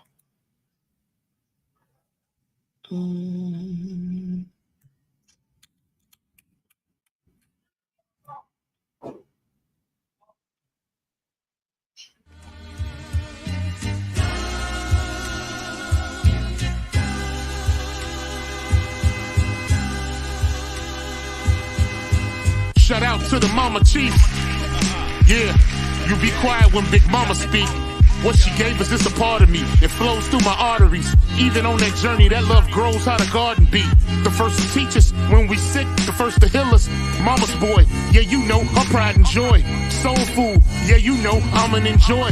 Calm you down just by the sound of a voice. There isn't another feeling inside when they cheering you on that you gain and you feeling the pride. You and your siblings fighting, she gon' make you put them feelings aside. She can't lead you down the road, but she can give you the guide. Where you think I get that blissful look in my eyes? I need a side of ice cream with them miles at the pie. You know for sure for Mama Chief, you know I'm a ride. Cause we all need a Mama Chief. We all need a Mama Chief. Yeah, we all love a Mama Chief. We all love a Mama Chief. The patience, the foundation, the knowledge passed down. So many generations, our motivation. I just wanna thank you for my creation. Cause we all love a Mama Chief. Cause we all need a Mama Chief. Yeah, we all rap for Mama Chief. The dedication. Yeah, we all rap for Mama Chief. The dedication. Now look, my your boy that made it. You the reason I'm one of the greatest. Now look, my your boy that made it. Cause we all need a Mama Chief. Yeah, we all love a Mama Chiefs. Yeah, we all rap for Mama Chiefs. Yeah, we all rap for Mama Chief. Now be quiet, let Big Mama speak. Now be quiet, let Big Mama speak. All right, y'all. This is gonna be the last one, I think. I don't know. I'm gonna do what the hell I feel like doing. Period. Shout out to all the Aboriginal Indigenous Indians. Hey, shout out to my chat. Hey, Velioso. Hey, Twin OTK. Accident Paradigm. Hey, y'all. Girly girl. Yes. Shout out to everybody. I hope y'all enjoying some of this good old enlightenment here. I ain't doing too much. Hold up. This joint really cutting up.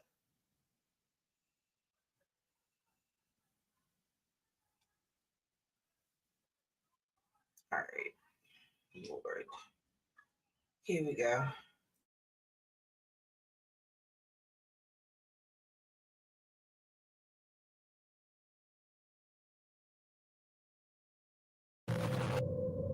For those of you who might have clicked on this video by accident, and for those of you who may not be from the DMV area, I did a story on a girl named Jakima Princess Hansen some time ago.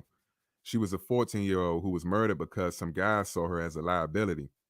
The neighborhood where it took place is called Sursum Quarters. She had witnessed the murder and they feared she might tell, so I understand I just gained like a few thousand more people.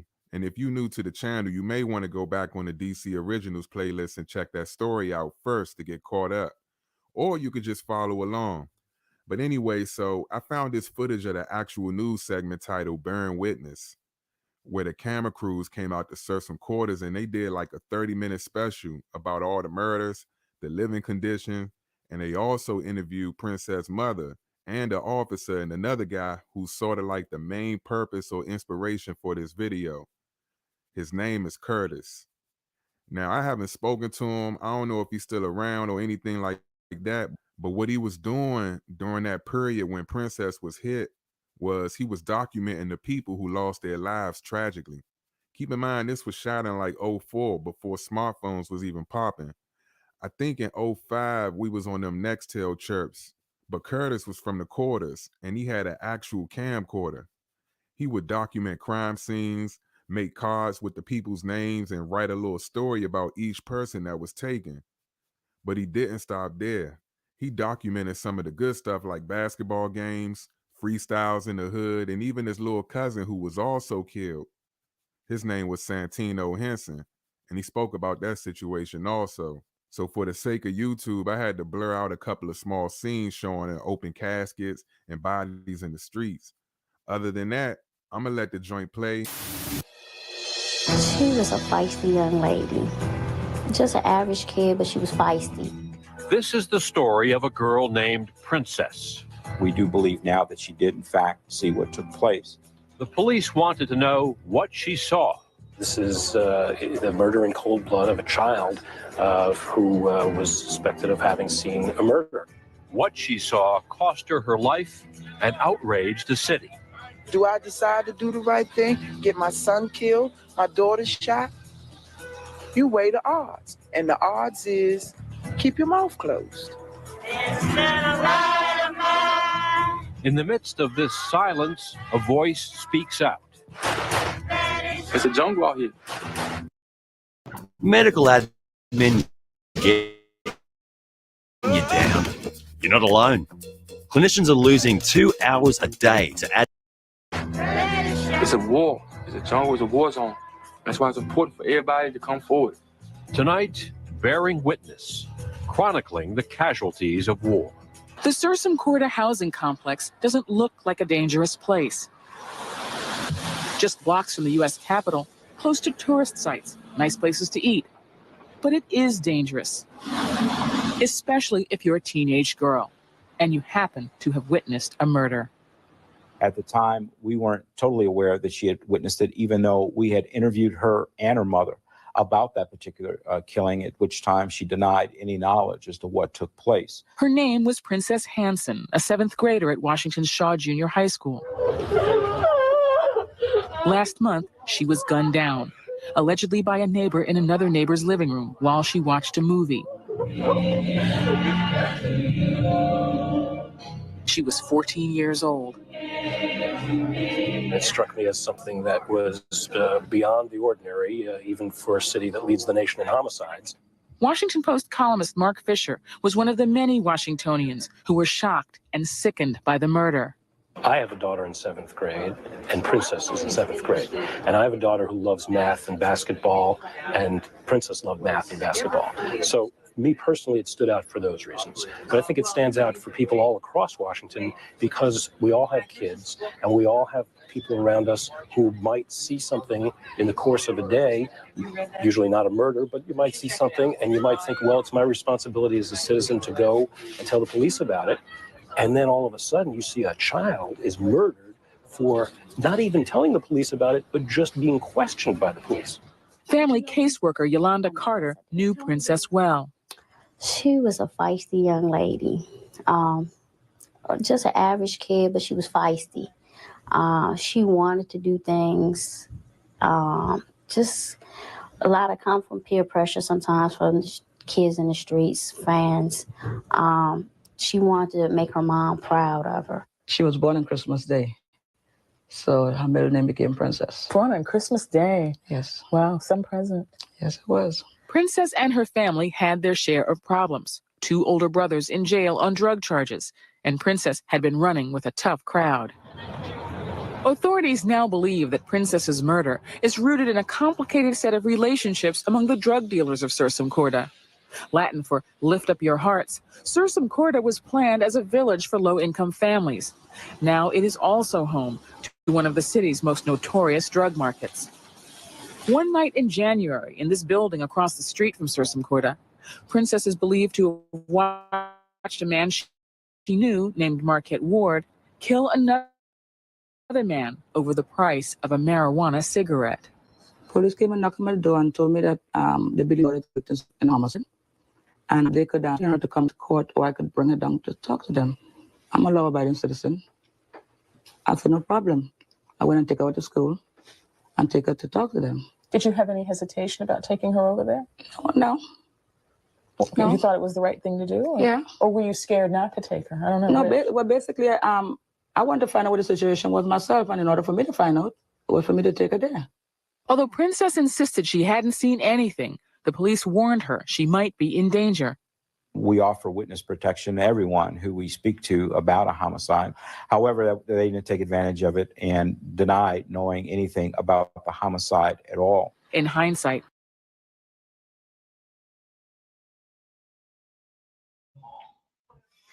And that's very interesting because I didn't realize her mother got an accent or something. That sounds like a Jamaican accent or something. So that really says a lot about her actions and why she chose to take her down into that police station, because obviously her mother probably didn't understand the code of the streets more so than Princess did, being as though she's growing up in more of an American culture, right? So, you know, like a lot of these, like that shit happened on, what's that movie? What's that show, y'all? Y'all seen Raising Kanan, right? The same thing happened on Raising Kanan. He had the gun in the goddamn thing, and she gonna go and take it to the police station. I said, what kind of mother? Crazy. I was like, what? You know, but like, see, they don't think like we do in terms of the law, in terms of how the streets operate and how it works, right? So, you know, like now listening to this, like now I see, you know what I'm saying? So I just wanted to point that out, and I hope y'all recognize that too. All right, let's get back to it. This is a very, very sad story, young. And I was a young girl when this happened too. I heard about this when I was a young girl.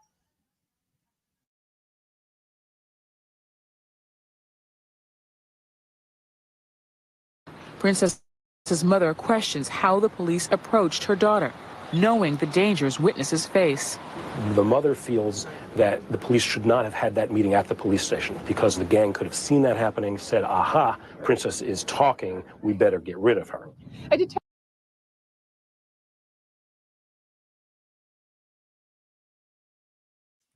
And then for Chief Ramsey to sit over there and say what he said, that's a wild thing to say. You know, I never understood law enforcement, especially people that are supposed to be our people. I don't understand why they operate like that.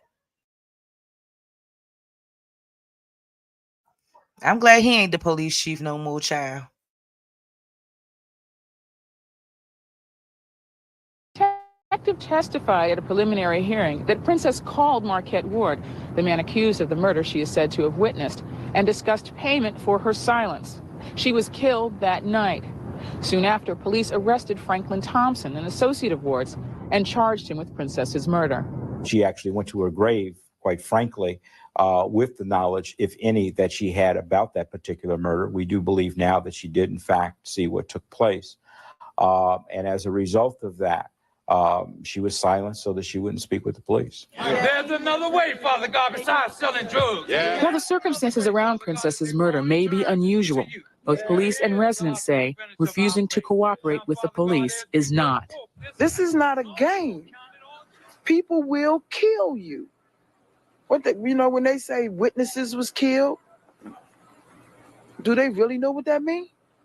Somebody's life was taken because they decided to do the right thing. Now, do I decide to do the right thing and leave my children without a mother?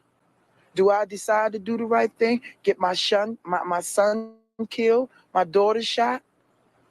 You weigh the odds, and the odds is keep your mouth closed. In the awful tale of what happened to Princess, there is plenty of blame to go around. Now, I expect that as I sit here, a lot of people are going to bash me. Fisher wrote several columns criticizing city officials, including the mayor. Fisher says that perhaps out of defensiveness about their failure to protect the girl, officials seem to go on the offensive by spreading the word about Princess's family problems. The fact is that she was assassinated because she knew something about a murder. And whether she should have known about that murder, whether she should have been in that place at that time, is really not germane to how the city should react when a citizen is killed because they know something. There's no question about it. I could have handled it better. Don't get into some food fight with someone when a child's life has been lost. We're above that. Maybe the parents are not doing as much as they can be doing, but it's ultimately, everybody's responsibility, the community's responsibility. Sometimes you want to make police into the bad guys or whatever. The guy who's responsible for Princess's death is Franklin Thompson, if he's in fact found guilty. That's who's in custody and who's charged with that murder. He's the guy who put a gun to her and shot multiple times into her body when she was defenseless. He's the villain in this whole thing. 2 or 3 weeks from now, her death will be forgotten and it'll be business as usual. Lord, you promised to lead me. She's not the first youth that we've lost in this neighborhood, and she won't be the last. Until our city officials do something, it's going to continue. Nickelodeon was kid everything.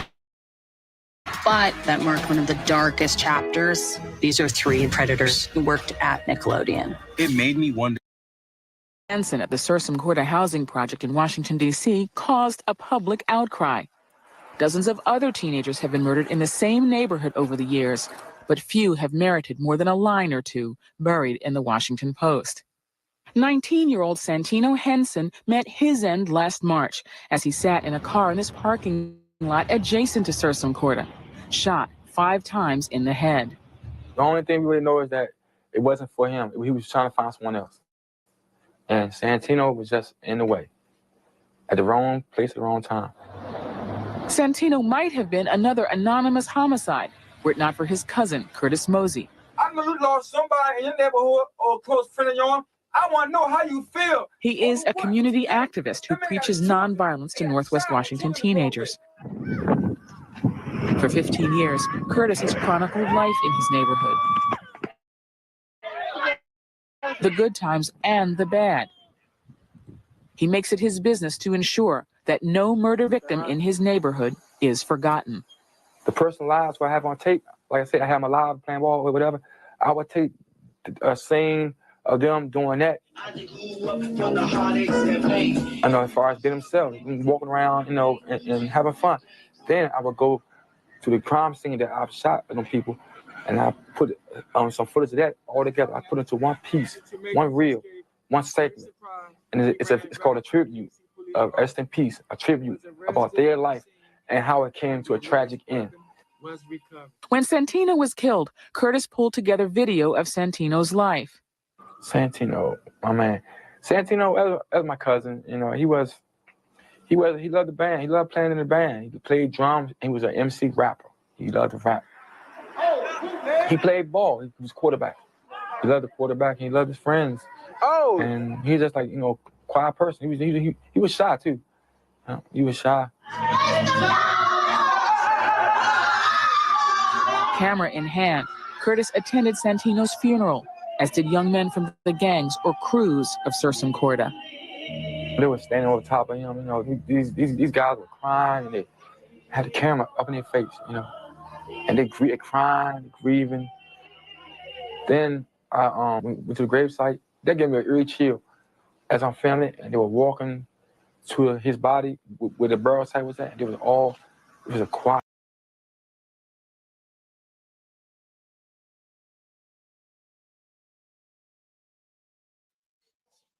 Woo, you could tell this was 04 DC. You could tell. Look at the clothes, man. You could really tell. Look at that shit. Woo, oh, that shit almost brought tears in my eyes watching them react like that.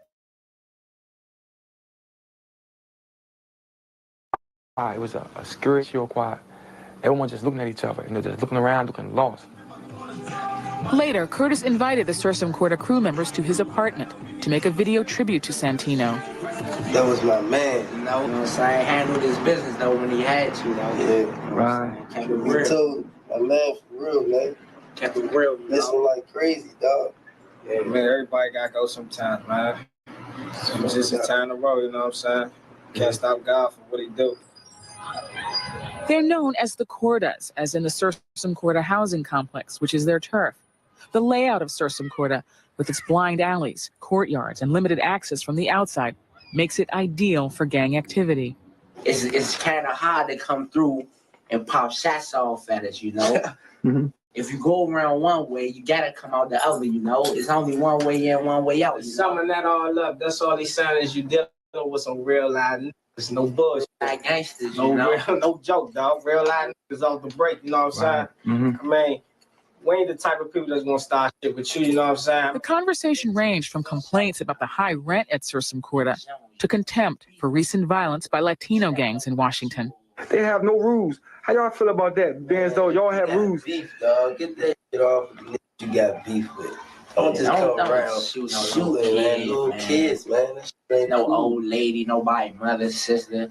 You don't get no stripes for that, man. You don't earn stripes. You earn stripes for taking your man out of the way. Right. Whoever you beefing with, if he ain't out, then roll out. Mm-hmm. You know? Or get at his man or something, but don't get at a little kid that's not doing nothing to you, don't know what's going on, riding his bike down the street, you want to shoot him. You going to hell for that one. And then a surprising statement of defiance from this young man, a senior at Washington's Dunbar High School. It's my last year. Once I walk across that stage, I ain't even looking back. Everybody that said I wasn't going to do it just because of the fuck we live at, you know what I'm saying? Yeah. We up in school heavy. Everybody from the hood up in Dunbar. Dunbar, yeah. That's our school, yeah. Yeah, so they thinking just because they from down the quarters, they ain't going to do shit. But I'm about to prove all you motherfuckers wrong. The Lil Pep about to graduate this coming year, 2004. Santino Henson was also determined to leave. He graduated from Dunbar High School less than a year before his death. His mother and aunt had high hopes for him. I'm really hurt because he took my son's dreams away from him. My son was about to attend Gibbs College. I had to tell the lady that, she called me, I had to tell the lady that my son is deceased now. He was a good kid. I mean, when I say a good kid, he was a good kid. And he was a smart kid. He was intelligent. He was brilliant. He had ideas. He was, he had a goal. Last month, the young man accused of killing Santino, Kevin English, was released from jail for lack of evidence. No one, not even Santino's friend, who sat with him in the car when he was murdered, would testify against him. So the cycle continues. Citizens too terrified to risk their lives to put a killer in prison, even those who have lost loved ones. It's hard. I don't know if would come forward. I guess it all depends on who that person is being murdered. If you didn't know the person. If I didn't know the person, I would be kind of fear for my life.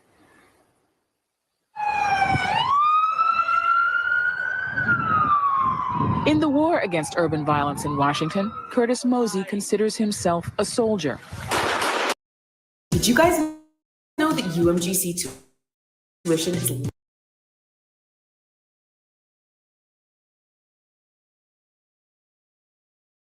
It's a jungle out here, you know. It's a war. It's a jungle. It's a war zone. I'm out there, front line, you know. I don't care weapon. I don't care bulletproof vest. I'm out there trying to change the situation, and I need help. I need help. On the streets, Curtis is known as C-Web, a nod to his earlier experience as a Washington Bullets ball boy and one of his favorite players, Chris Webber. And I had this Betamax camera, so I went out to the neighborhoods, you know, partying, filming parties, guys, you know, just trying to be a singer or rapper or dancer or on a basketball court, you know, in the hood. And then he just pulled out his gun and shot him in his neck. Then, in the early 90s, at the height of the crack wars, Curtis began losing his friends one by one to street violence. He thought he could do something about it. I'm in my neighborhood, get my camera, I run to the scene, I start rolling. And what I'm doing is not just filming. I'm filming, but I'm catching history. It is a painful history.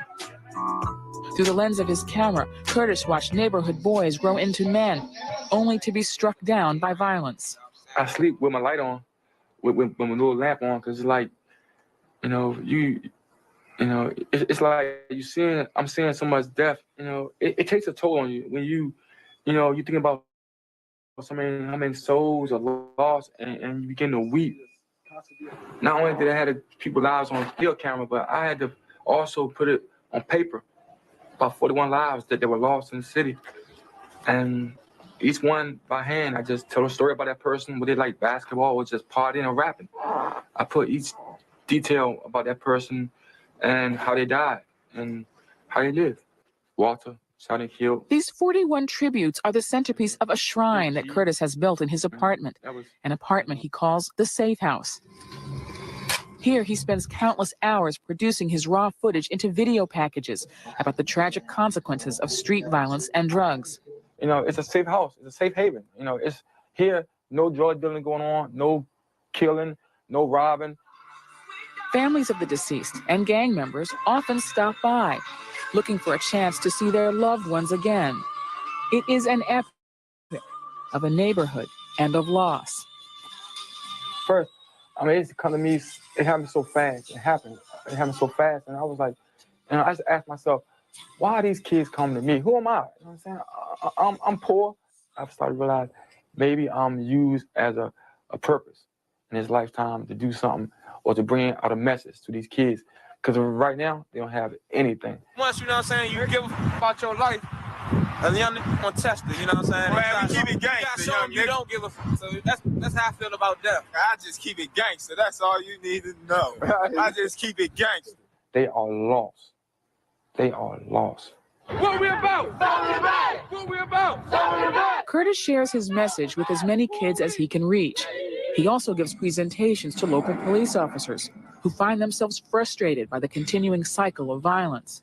As a police officer here in the city of D.C., you see a whole lot of stuff, and you deal with a lot of kids.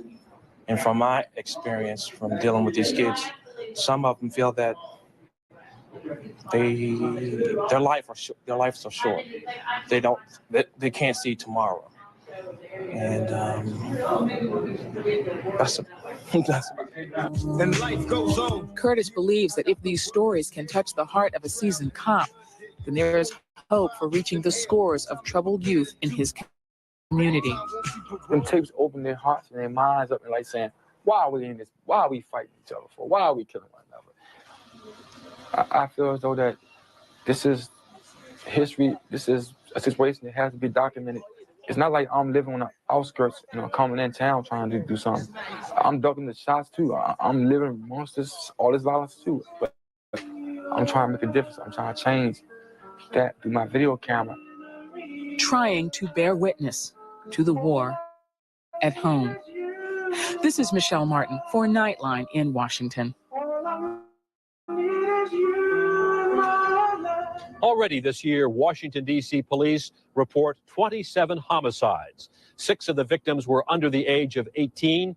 3 of them lived in the Sursum Corda housing project. Sursum Corda has made its way to the channel directly and indirectly in a couple of stories. And an old friend of mine, who we call Esco, he come from the Cordas.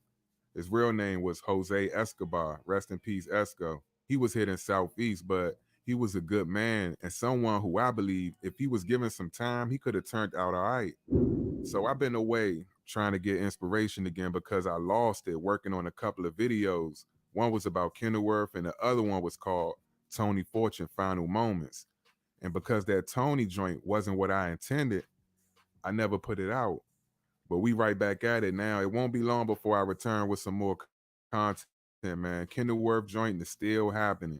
I was able to find this specific article I was looking for that I couldn't do the video with.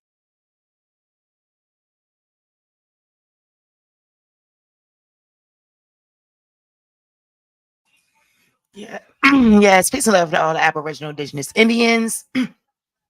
Hey, put a motherfucking sunflower in the chat if y'all enjoying that so far, man. Y'all enjoying that good old DC build, that good old vibe that I got going on for y'all right now. Listen, I need to take a 2-minute ladies break.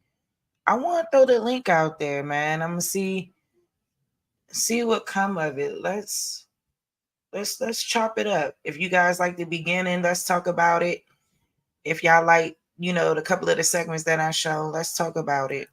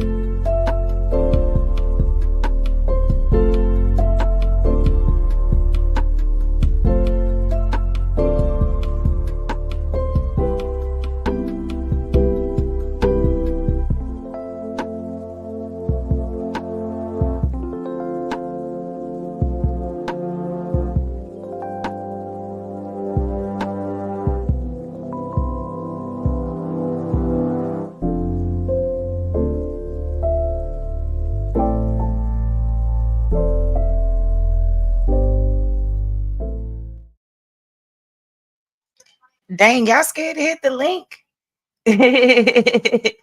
Dang. All right, let me see. Now, I know it was some stuff I wanted to go over that I didn't get the chance to go over. And yeah.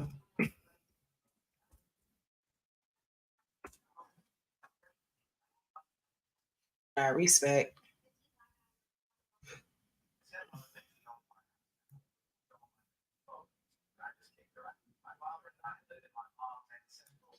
Hang on, y'all.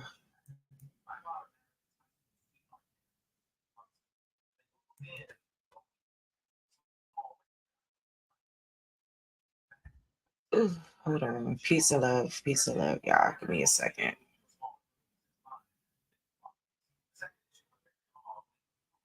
trying to think, do I feel like going here right now? Hang on, let me. I don't know if I feel like going there right now.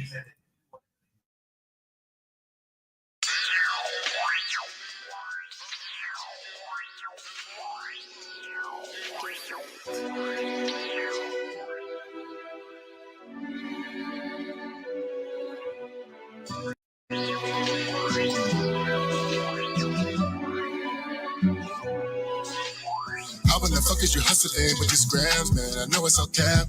All of my face with the fake smile, yeah, you can't get no dab. I got niggas that are shooters, all in your head like a nap. Up on the scene with them 223s and edit bitch out.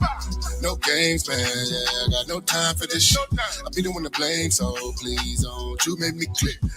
Hit the block like a march, yeah, yeah. Look like a parade, drunk sound, and you ducking and hiding, nigga. Better cover your face. Hip hop used to be so hard. Now they dressing funny, driving fancy cars. Hoes used to be hoes, but now they stars. Man, I swear this shit done went way too far.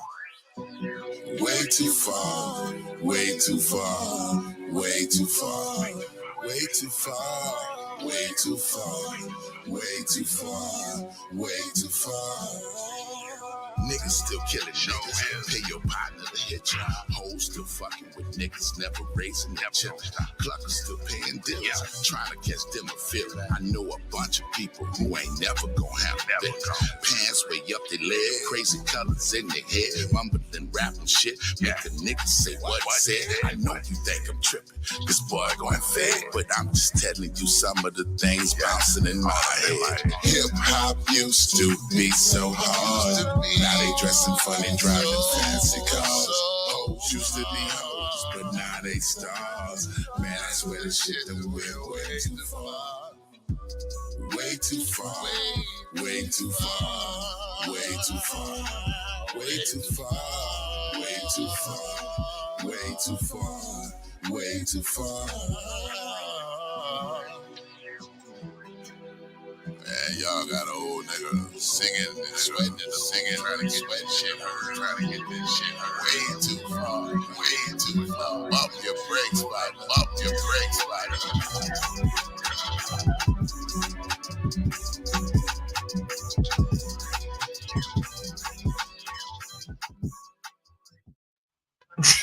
Not you got an old nigga sweating in the booth is crazy work.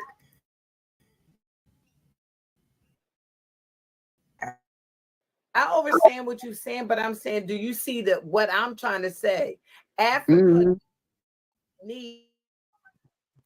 Oh snap! This was from last month, I think, on Juneteenth. Oh, speaking on Juneteenth, I don't know, but I came up here and joined this panel that day with the lovely ladies of Unscrambled Minds. Shout out to those beautiful sisters, and shout out to the brother Rod Hayes. You know, I hope to get some stuff going in the near future.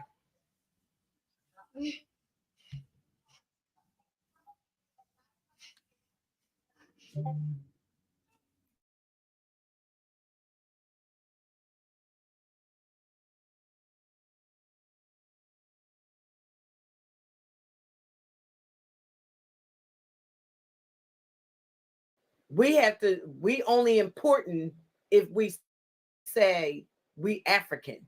That don't make no sense to me. It irritates me to the utmost. It don't bother me. I'm sorry. It don't bother me at all, Sister Frida. It irritates me. I'm sorry, it does. Let me tell you why it don't bother me. Why? Because while they telling me what I am, I'm showing them what I am. I'm exercising my rights that the tribe set up this system that if you ain't from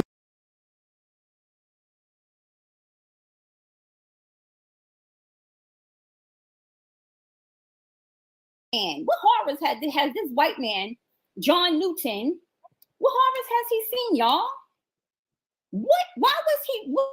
What possessed him to become this now, abolitionist, right? He was an Anglican minister. He became known for struggling against the enslavement of African people, and he was sharing the horrors that he experienced. And I wonder what that was about. What do y'all think he experienced? Where I think come on, family, come on. I know y'all are very intelligent. Where am I walking with this? How would John Newton be able to talk about the horrors? And when John Newton was Shanghai, he was sold into slavery, and he was bought by who? Anybody know? Take a guess. Just take a guess. He's from Europe. So just, take a guess. It's the continent below Europe. Okay. So John Newton was sold into slavery, and he was bought by Africans in West Africa, right? He was bought by the Sherbo people, and they were tearing his behind to shreds. You heard? So the slavers of this white man were African. They were the Sherbo, Sherrbo. Don't believe me? Y'all could put the man name in. Put up Shanghai, it comes right up. You ain't got to believe your girl. Look it up your damn self, okay? And many Europeans were Shanghai. They were slaves. Okay, I just wanted to put a pin in that, and I'm a lamb. I think I said, okay, I'm good. I'll land it there. I just wanted to, add that to the table of ingredients that we're talking about. slave became synonymous term for forced laborers because of the Slavs. The Slavs was forced into servitude by the Moors in Europe. So the term slave, being the extrapolation of the word Slav, became the designation of anybody captured and forced into bondage. And what the lady saying in the last documentary I showed, excuse me, the last presentation I showed, she clearly said slave came from the word Slav. Clear as day.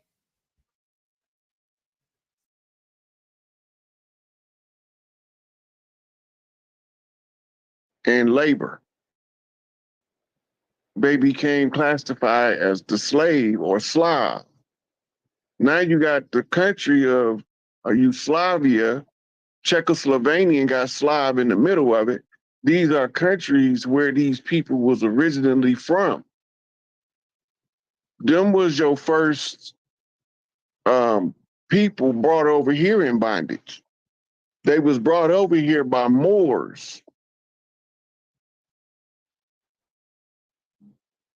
This is not a secret. It's just a fact of history. Right. And that they don't often talk about. And since we busting this open to the white meat, what's up, Sharice? How you doing? Welcome to the panel. Thank you. Peace and love. Welcome. Yes, welcome. So good to see you, beautiful. And because we busting open to the white meat, let's talk about it, right? Because even for that slave trade to happen from Africa, that meant that Africans were selling their own people. Let's remember that. They have a history, right? Because it's tribalism, a lot of tribalism. Okay? So let's if we're really gonna talk about it, we gotta really talk about it. Right? Fact. Selling them their own people. Okay. Hi, Sharice. Hi Dulcie. Hi, Sister Freedom. Hi, How you doing? Hey, y'all. Love. Hey, I don't know what happened, how you came off, but you was up here and now you off. Hi, yes. How you doing, Mr. Raw Hayes? Yes. Hey, how y'all doing? Now look at that profile, y'all. Looking all pretty. Okay. That picture. Okay. And look, I was looking for another one. I was like, oh man, this is not the picture that's supposed to be right there. No, show that you look beautiful. Sure Thank did. you. Yeah, so I really do have a couple of questions. Maybe just one. I think the thing that I'm grappling with the most when we're in our paradigm and when we're talking about this history, is the concern around what they would call racial mixing, right? Most of the literature and things that I read, especially now, I'm reading about the Powhatan people in Virginia, and specifically the Pamunkey tribe. I'm reading a lot of things about them and trying Go to. ahead, girl. Go in. Go in, girl. Yes, so I'm reading right there. a lot about them, and I saw those pictures, and I said, "Oh my God, if that is not us, I don't know who the fuck that Okay, is." the quarrel's name straight up there, right there. That's all you got to do is put it in. It's gonna come up. Don't get her started, Sharice. Okay. Yeah, because see, I'm from DC, and my family comes from Virginia, and I struggle with it a lot because in my genealogy, I had saw a European ancestor, and I was like, ooh, like what's going on here? And I think I think what I'm trying to ask is, I think when we're talking about things across racial lines, a lot of times I think we don't really understand how complex it can really be, right? So like when we think about Mexicans who are Black and things like that, like we don't think about it, but we know that it exists and we understand that it's there. And I think that same thing could be looked at in terms of the American context in a sense, right? So I think that what I'm trying to ask is, when we see these types of things in our genealogy, especially for people that's from Virginia and that their families descend from there, how do we deal with that? Because I think a lot of times people be like, we don't got no mixture, it's not like that. But I beg to differ, and I feel like it is, and I think that we just don't want to acknowledge a lot of it. So I just want to know, how do we kind of deal with that, or try to explain that, especially when we see it in our genealogy. And I think a lot of times we don't want to be real about it. And yeah, because when I read the literature, it just says like they Native Americans, it says Africans, and it says Europeans lived harmoniously together, that they lived together, married across racial lines, like they had life together. Mm-hmm. So it's like I'm not really sure how to take it all in. So if you could just kind of, I don't know, you kind of understand me, sir, a little bit. You on mute, Rod? Wait a minute. You on mute, Rod? Yeah. My grandfather, my mother's father is 50-50 Native and French. My mother's mother is Irish and Native.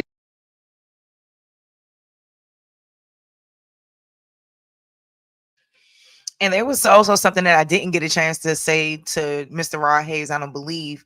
That same ancestor that I'm referring to, y'all, she also was reclassified several times on the census.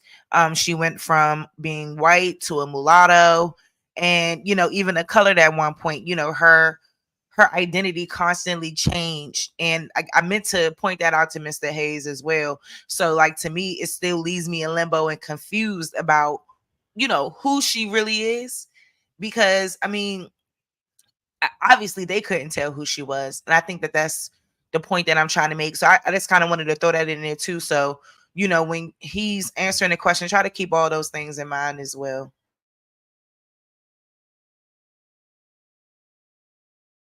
Native. So on both sides, European ancestry is present, but it doesn't override the genetic value of my original organic blood. They need a drop of blood to assimilate into this reality. We the ones they got to get the drop of blood from. So it's a whole lot of race mixing been going on the whole time. Mm-hmm. They didn't ever stop. There was no halt on it. They tried to make laws to stop it, but it was still going on. It never changed. They came over here for a drop of blood. This is why we have a one drop of blood doctrine. Mm-hmm. America is the great melding pot. How do you meld people together? genetically mixing up the bloodlines. So it's in the history. Some of us probably will go generations back without having no European, but every time it say white and European on your in your ancestry, don't mean they was pale face Europeans. Exactly. White was a legal classification of the Europeans that came, and they assigned us as black because they was the attackers and we was defenders. It's a chess turn. So yeah, we all well, most of us got some mixed up stuff in our ancestry. Accept it for what it is and keep on moving. It ain't gonna stop you from being who you is. Okay. Yeah, because I think a lot of times, like when I'm presenting my information to my audience, I think that they probably think that I'm trying to make it seem like everybody is mixed. And no, I'm not. I'm just acknowledging that, being from where I'm from and my family descended from Virginia, there's ancestors who were classic, the classification of race was changed on several documents. And for me, it just leads into this place where it's like, damn, like I don't, it's just kind of, it's sad actually, more so, like to see how they really jumbled all of this shit up and used this propaganda against us and made it hard for us to find our families and find who we are. But, I just thank God for the awakening now, and that we're here now, and that we know the truth, and that, I'm never going to stop looking for the answers, because I have an ancestor, they want to say that he's part Indian when I know he's a full Indian. Right. So it's, it just gets crazy, trying to battle these forces, like even like your own family sometimes, because people think that you want something else, but really, you know what I'm saying? It's the truth, and it's been who we've always been. We've been who we always, have been. We've been here. And I just hate that it's been taken from us that way. And now it's like we got to fight tooth and nail to get it all back. And look, everybody in the family ain't supposed to wake up at the same time. Just like everybody in the society not. Our job is to be the message we bring, know who we is, and stand in our power of self. Right? Also, so I'm sorry, God. I ain't even interrupt you. I didn't hear you, Sister Freedom. No, I was saying I was sorry for interrupting you, but with her saying that, what kills me, Shri, when people say, "Oh, you got African," if you got African, if say what you just said, that you found that there's different, like a undone person or Mexican person or whatever in bloodline, right? So the people that are claiming to be African say, if you got any form of African in you, you got to claim to be African. I said, but what about the other parts that's in my bloodline? So I just eliminate all of them just to say I'm African? Yeah, that's the mix up there. That is so arrogant to me. That is so. And Sister Freedom really raises a good point right there, because I think that is the issue that we have in here. And it's like, what the fuck? Why we got to claim that over everything that we are? And we know that we ain't no from the motherland African. We know. So instead of y'all understanding our premise and where we coming from, we gotta sit around and defend it, like I said, tooth and nail all the time about this shit. It's really, at this point, but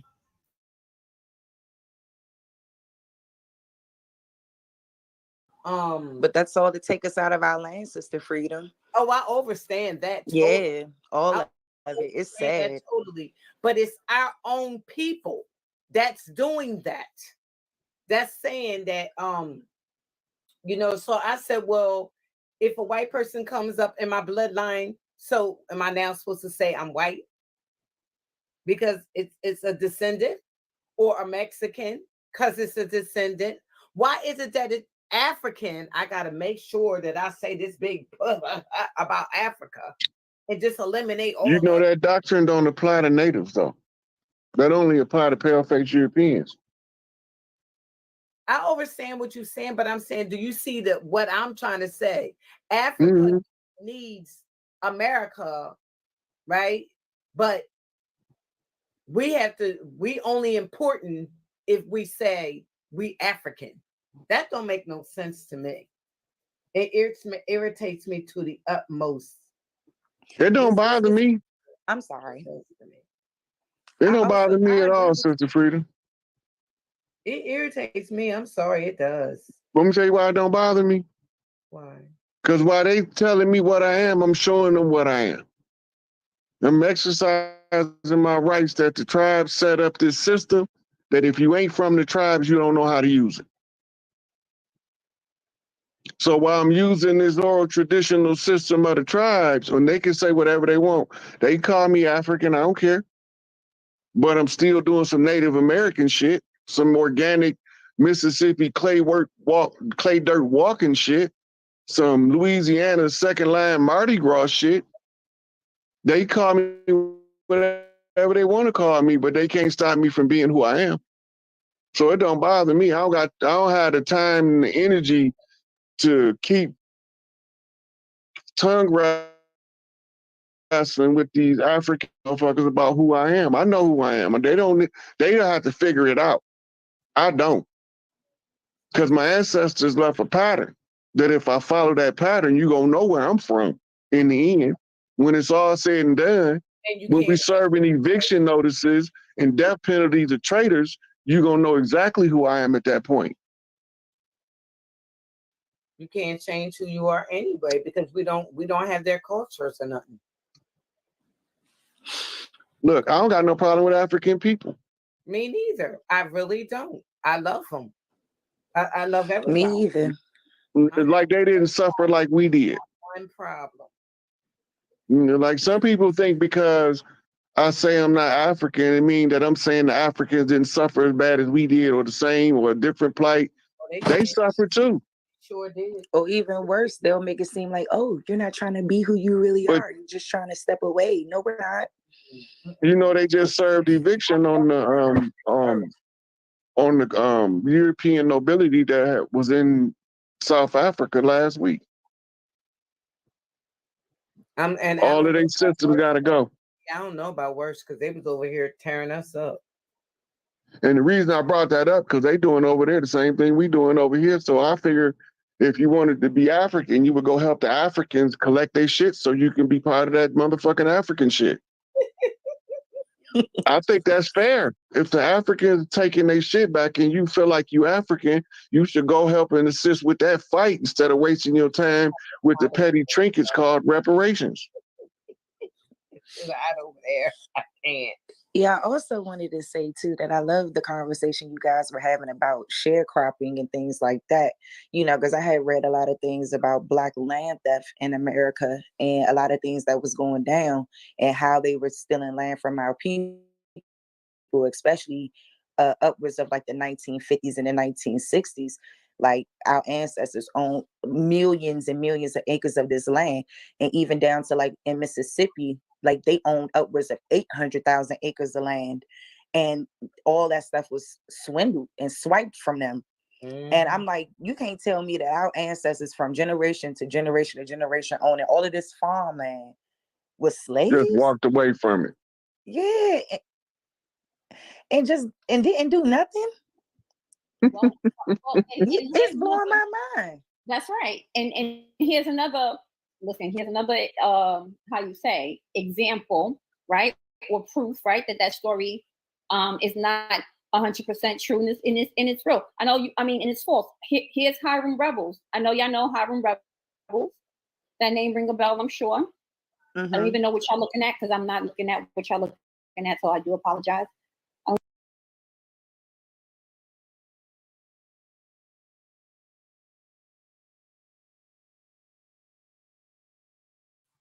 Hey, shout out to everybody in the chat. Shout out to that good sister Dots. That's shout out to her. Okay. Sis do not play no games.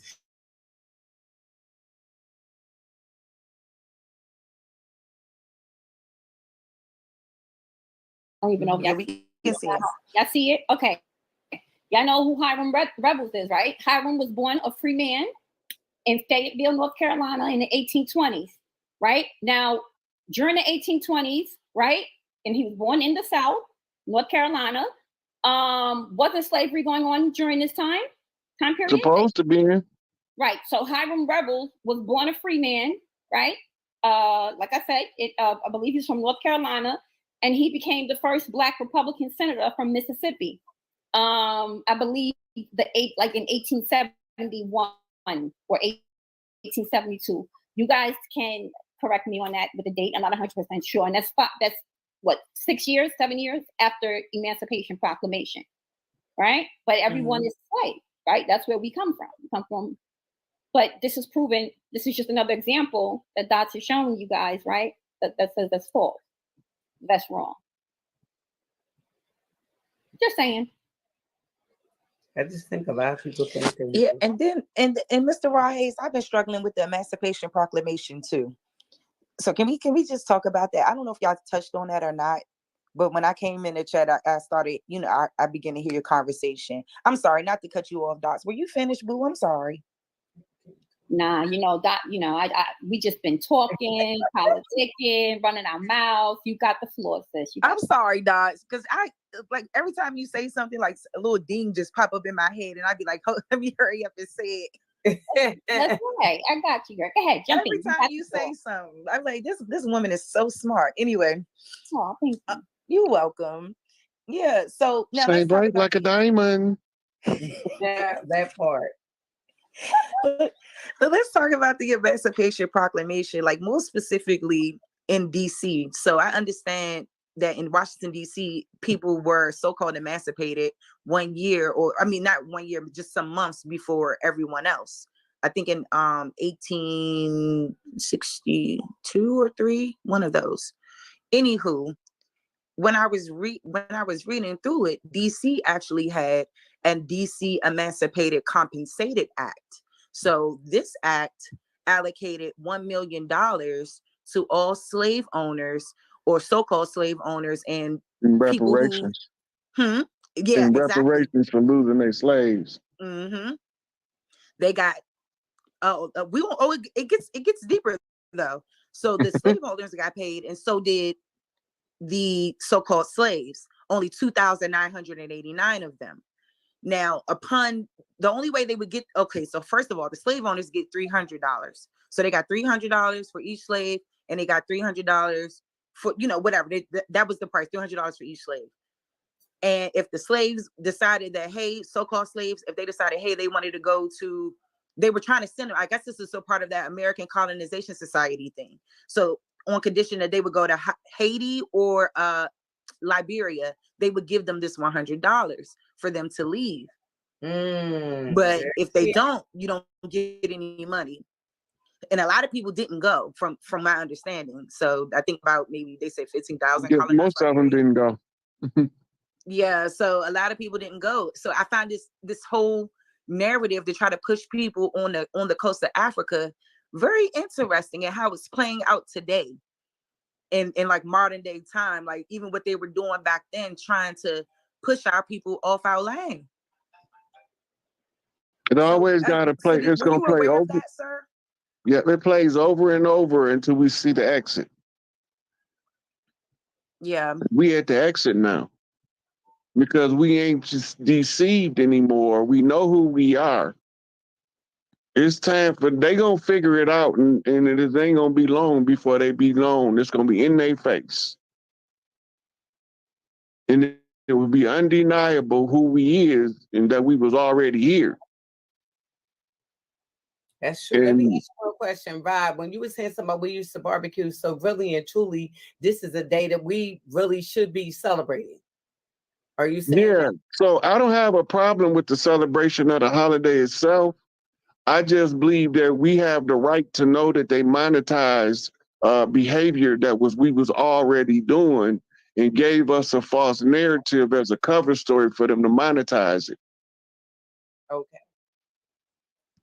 Because that's all we need to know, where they stealing our money from, how they stealing our money from us. Yeah.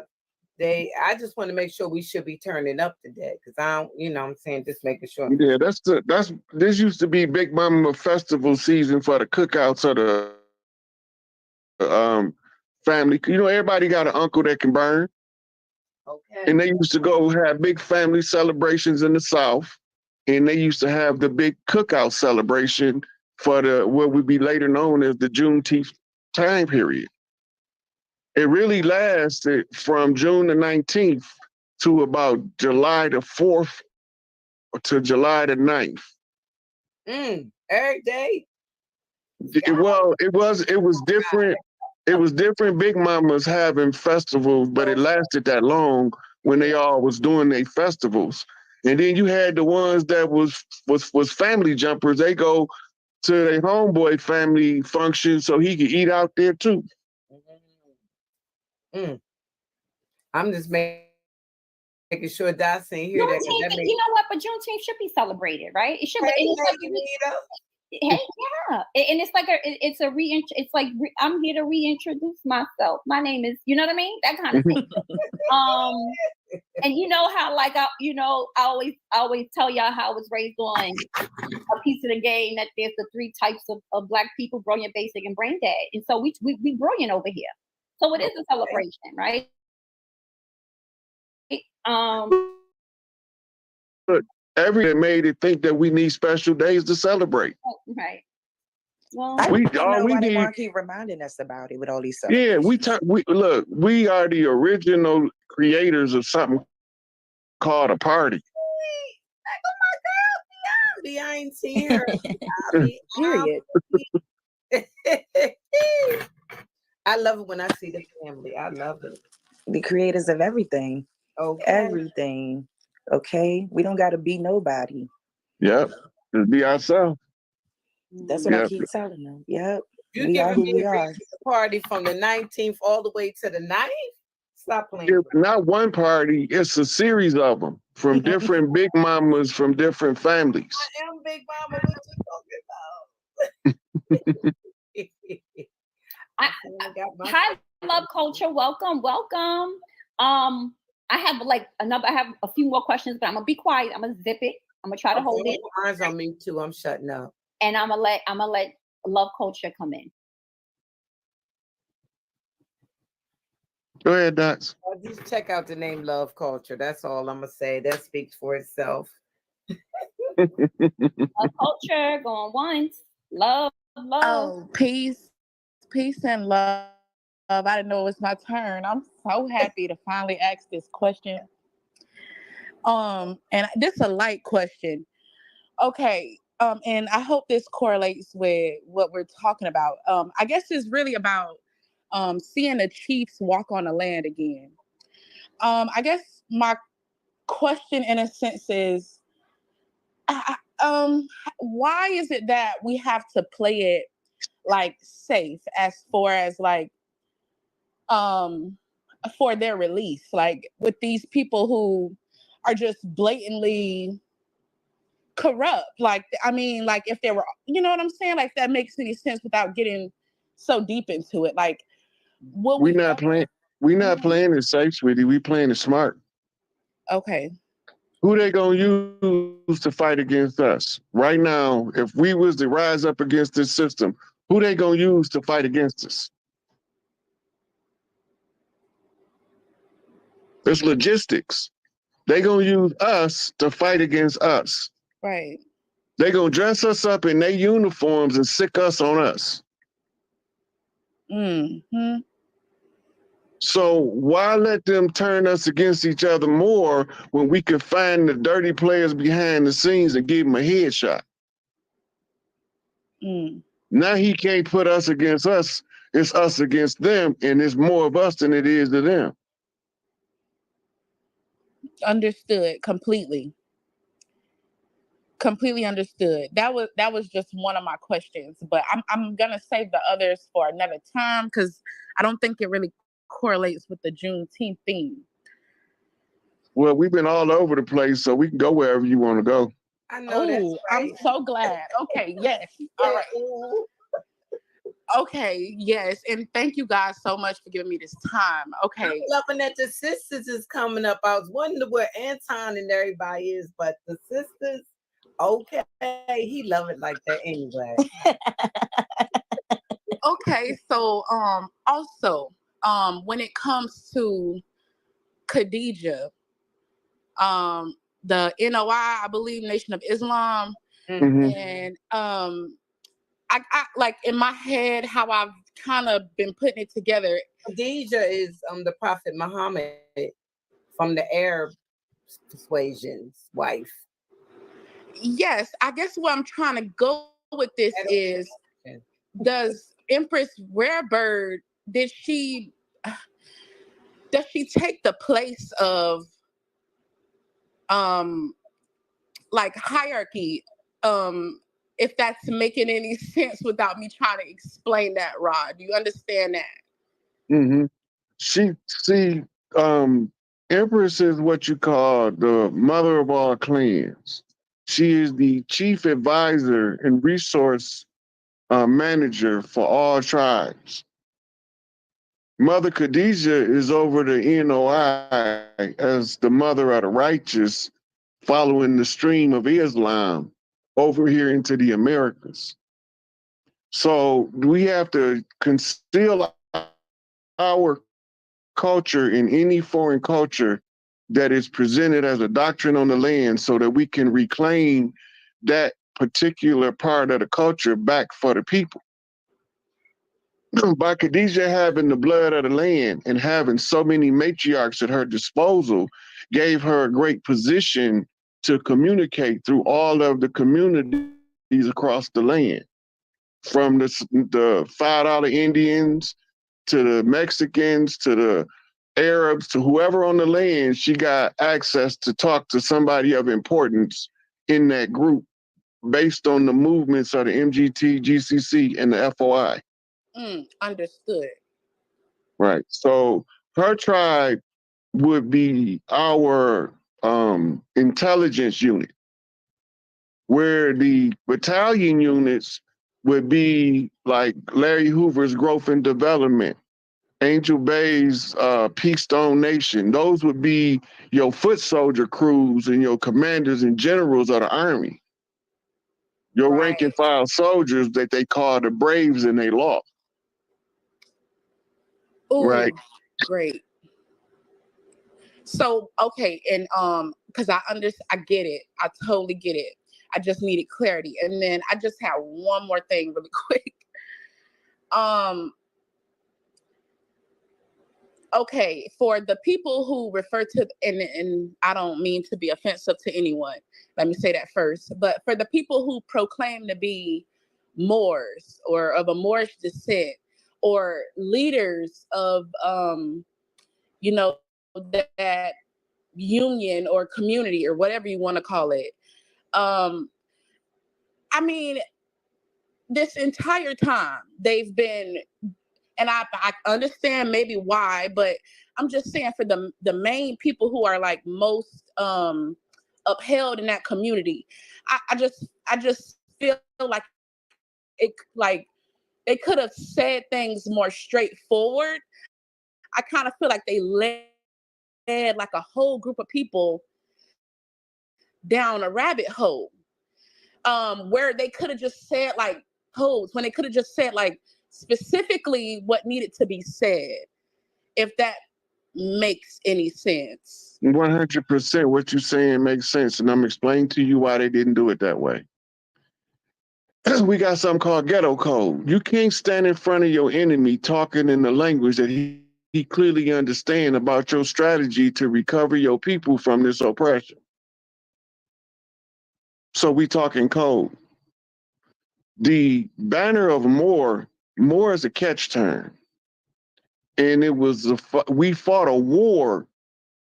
It's called the War of L's versus the Bays, the Chiefs versus the Feathers versus the Fezzes, under the banner of the word Moor.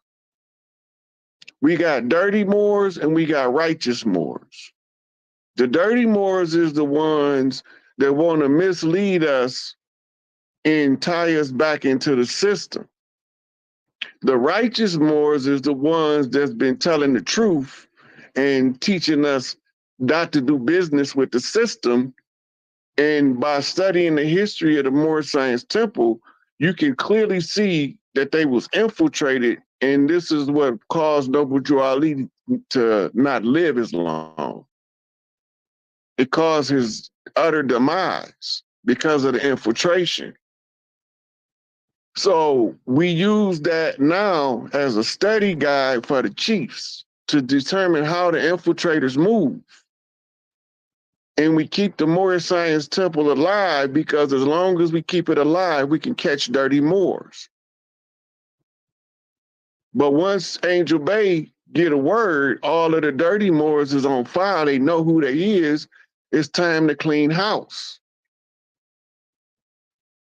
And they use misinformation and dogma to deceive. So we use messages encoded in their dogma.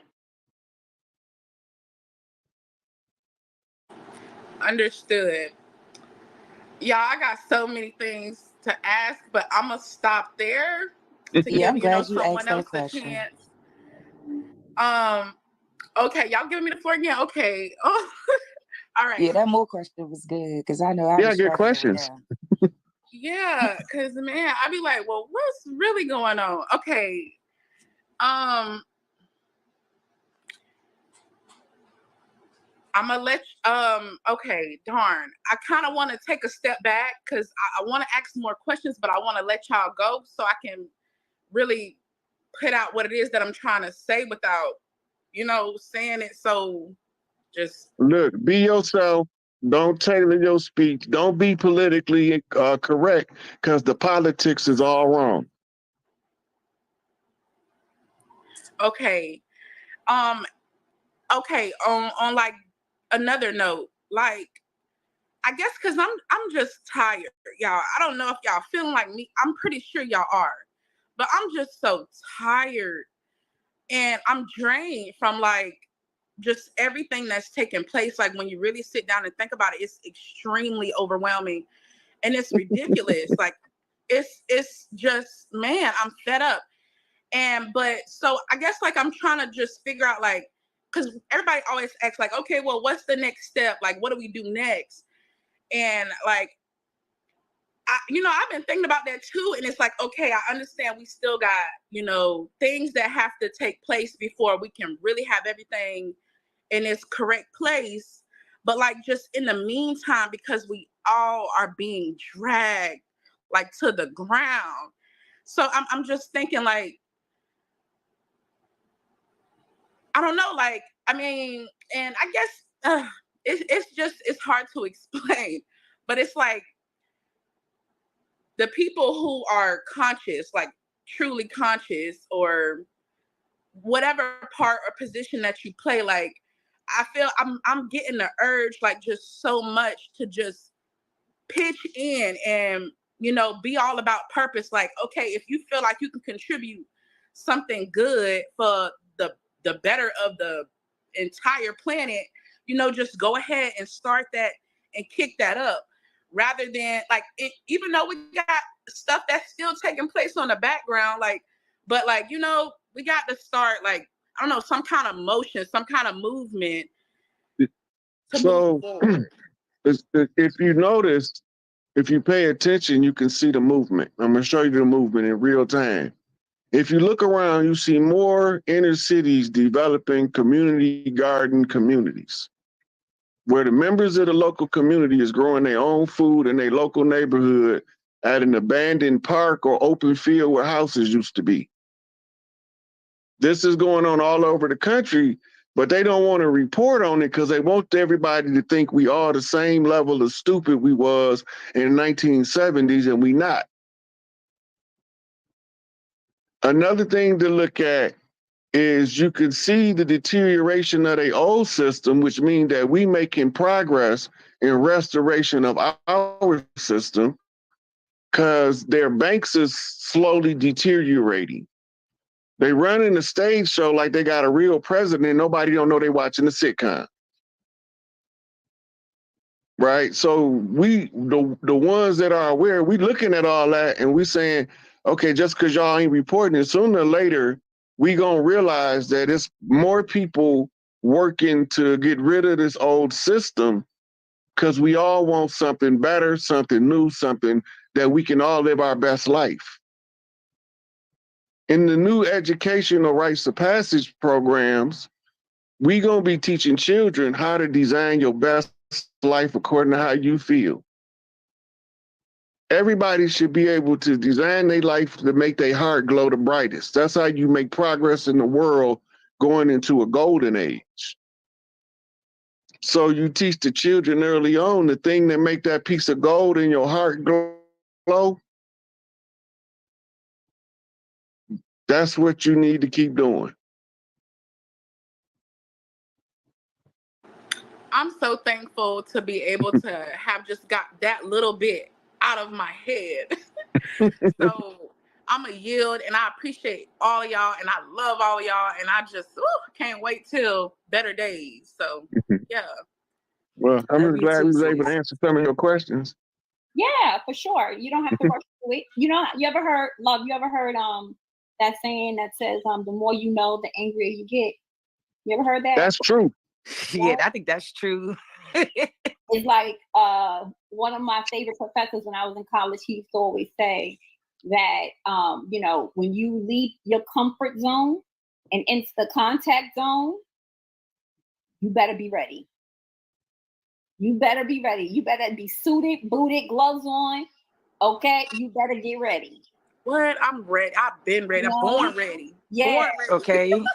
So It's in born you. ready. You know, I understand your feeling of Okay. feeling how like it's overwhelming. You know what I mean? And Yes. it's draining. It And is. yeah, you know, it's part of reclaiming that stolen legacy. It's part of like reintroducing yourself, like Cole said. You understand? It's that piece of setting your family's wrong right? You being able to properly and accurately identify who they are, right? By name, by land, by record, by birthright, bloodline, whatever you want to remix that, right? And that's how you begin to heal your generation curses, so to speak. That's how you begin to heal the root of the family tree. One more thing, and then I promise I'm gonna get down. Take your time. Okay, I'm a Sunshine State girl,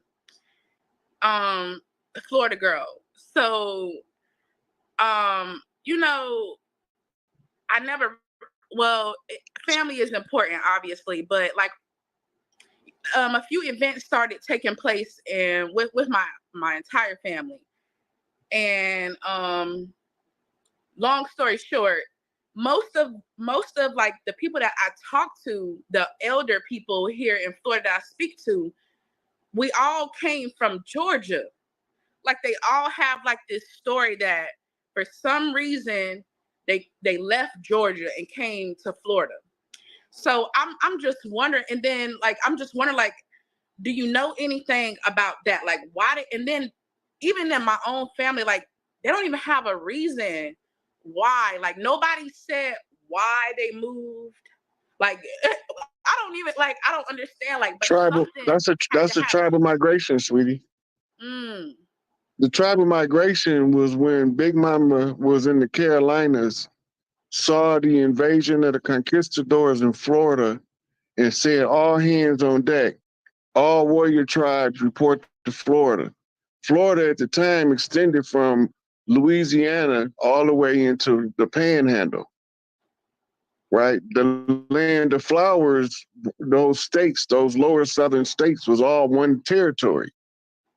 So when they moved, if they moved before they was a state, they was listed as moving from one part of Florida to the other. But if Georgia was established and Mississippi was established as a separate state from the land of flowers, then this was after the invasion.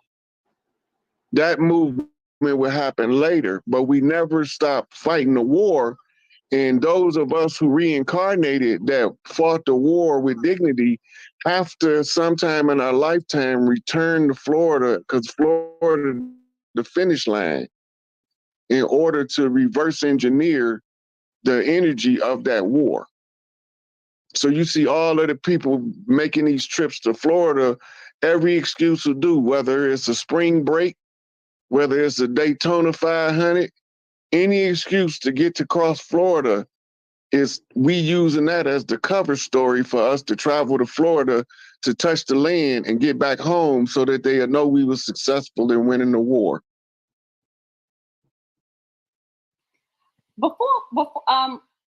Peace to Feti Kalunga. He says, peace to all the African Americans on the panel, LOL. Shout out to them. But remember, they weren't African American until 1960. So who were they before 1960? Shoot, Dots, it wasn't until 1988. And then it didn't get on the census until about the year 2000. So, like, this is a very new Jesse identity. Jackson did that African American BS. Yeah, that's a So very what were new they identity. Who should you be piecing out to Feti before they were African American, baby? You tell me. That is so true. What y'all just said. Now,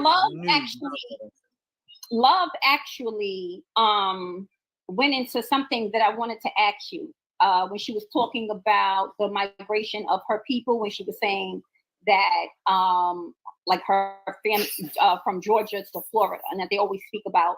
And I always think about, you know, like it's like a great migration, so to speak, right? In history, right? When we're talking about the quote unquote Negro. So I think of King Philip War. So I think of these when I think of the beginnings of tricking people out of their, out of their birthright. So I think of the King Philip War. I think of the 1812 Indian Removal Act, and then I think of the migration that happened in the 1920s, right? Where you had a lot of the Southern Negroes going to the north, or what have you, right? You wanna speak on that? And now that you're saying that, Dots, even on applications now, employment application, it still say Black. It don't even say African American. Very seldom do I see applications that say that. What's the or?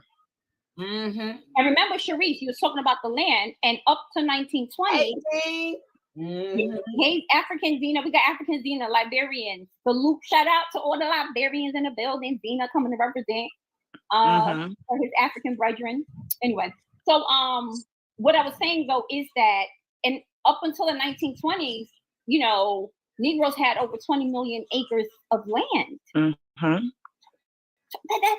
insane. Out of this world. Think about those numbers. And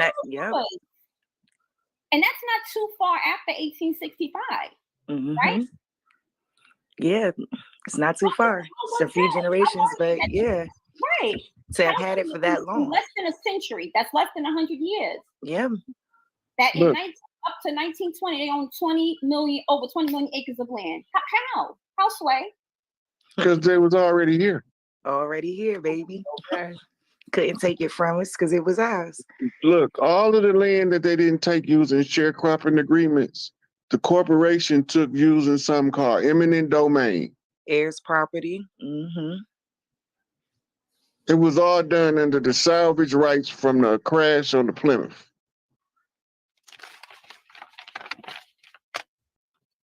And the squatter rights was a byproduct of salvage rights. This guy was giving you squatter rights to hold the property for the crown until the crown get there to claim it themselves. That's where squatter rights come from. Salvage rights is when they see us, we consider the vessel lost at sea because we don't know who he is.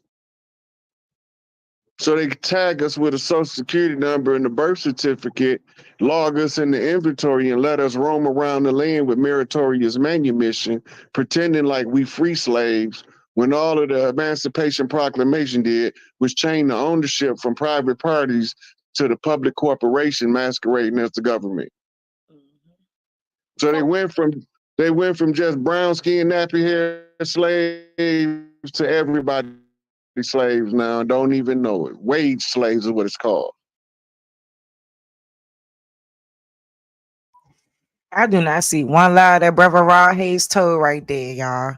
Hey, man, I gotta get in contact with him. Dosey, if you listening, Dosey, yeah, put me in contact with Brother Rod Hayes so I can get him up here. We can have a conversation.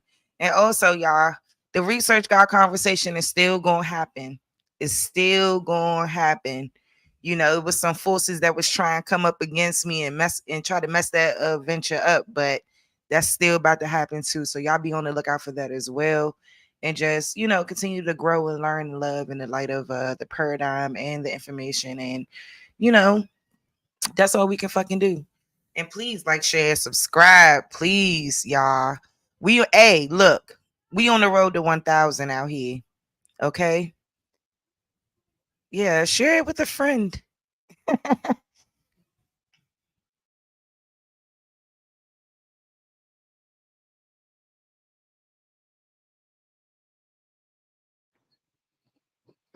So Fetty Kalunga, is that Nigerian? I don't know. It sounds a little bit Nigerian. Kalunga. He says, take a 23andMe test. Most Black people only have 5 to 10% Native American ancestry. And in most cases, Look, Henry Louis Gates, one of the founders of 21andMe, said we making this shit up as we go. So I don't want to hear about 21andMe. If they ain't making it up as they go, they test less than 1% of the entire DNA to try to find out where you from. But they talking about the white DNA is a farce. It says it's for entertainment purposes only. It's not for fact finding. The only DNA that's for fact finding is parental determination. But Rod, are Native Americans the same people that we're talking about? Or is those you talking about the $5 Indians, or you talking about the real ones? I'm saying, according to 23andMe, most Black people have only 5% Native American ancestry. So when he's thinking of a Native American, he's thinking, you know, of the not to be disrespectful, like, you know, Pablo Indian. I don't mean to be disrespectful, y'all. I'm sorry. I really didn't. But he's talking about those folk. Okay, so yeah, we got a lot of I call them the children of the rape. They telling you that information is made up. I'm not telling you. The people that purveys that information says it's made up. The founders of the company saying it's made up. So if it's made up, they're going to tell you whatever they want to steer the narrative they want to push. Are the Native Americans? Can I ask a question, Dots? I'm sorry. Yes, my love. I'm sorry. So Rahez, would you say that they've used this DNA test as a weapon against our people to have everything as a weapon against us? Yeah, but more specifically this, because I feel like a lot of people use this as confidence that this can show them where they are from. And I don't think that that's 100% correct. We know that spitting in a tube is not going to send you to Africa. But the notion that our people are holding on to is very damaging. So to even see, like, I just think that even if they did test the Southeast region like they should, they probably would see more indigenous ancestry over here. But because they're not testing it the way that they should in the first place, we never get true congruent answers about that. So everything that you're saying is 100% correct. But like, do you feel like our people specifically are using this as some type of victimhood? They can hold on to this narrative that we are some type of slave, some type of African slave. I do. I think they've been successfully duped. Mm-hmm. I think that because they believe the science is legitimate, and they standing firm on what they believe to be a legitimate science, never knowing that the people that's doing the science is telling you they making it up. That's where the problem come in. They believe it's legitimate. Look, the sister took a swab of her iguana's saliva and sent it to 21andMe, and it said that the iguana was an African American with roots in Africa. If they were doing a real DNA test, they'd have been like, this ain't even no fucking human. The iguana is indigenous to West Africa.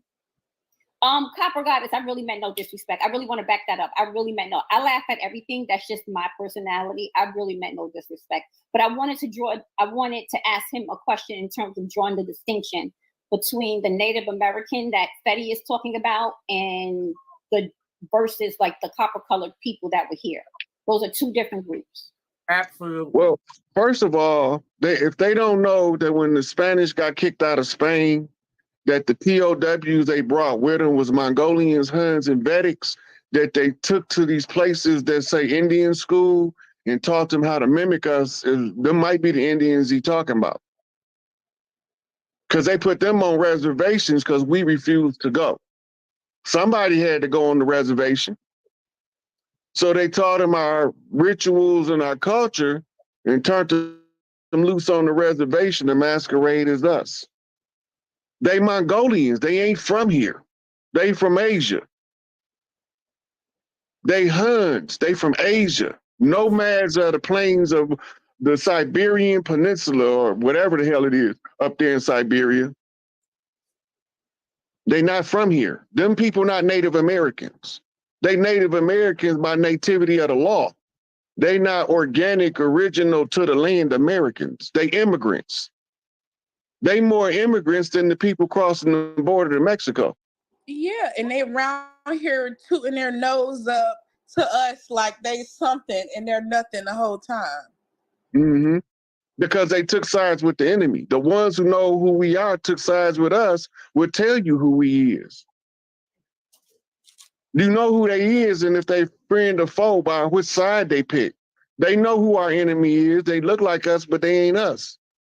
And they was the front man, the cover story, the cat's paw, to dupe us into believing we from somewhere else when we was already here. It don't work. Trick no good. The gig is up. David Copperfield, your illusion failed. One of these Negroes sing through your bullshit.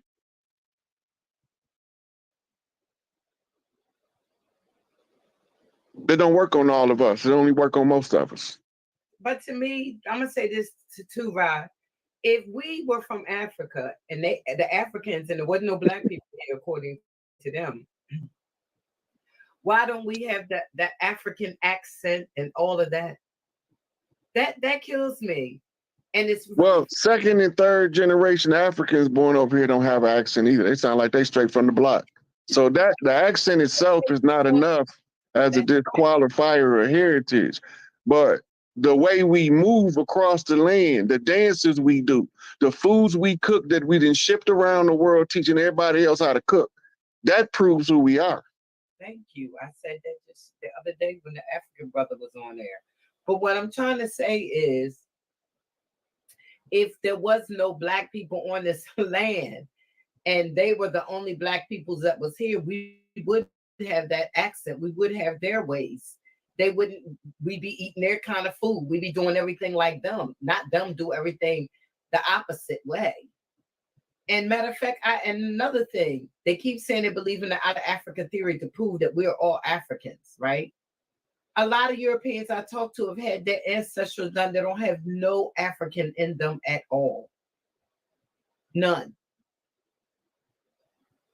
So I that's why it's too much things that is like bullcrap in this whole little narrative. That's because it's a war story. It's a story told to validate and enforce the protocol of war. That's why they keep bringing the African thing up. But when you start talking to us more than we talking to those African Americans, then you start seeing that it's more of us realize who he is than it is of them who's duped still. It don't mean that we don't have some Africans somewhere in our ancestry because we've been marrying Africans the whole time for thousands of years. It just means that our primary blood stock is from over here. The same as the Australians. They don't got no narrative telling them they from Africa because they conquered them too late for that narrative to fly. And they didn't conquer them thoroughly enough to indoctrinate them with a slave narrative. That's why they don't tell that BS to them. But they tried.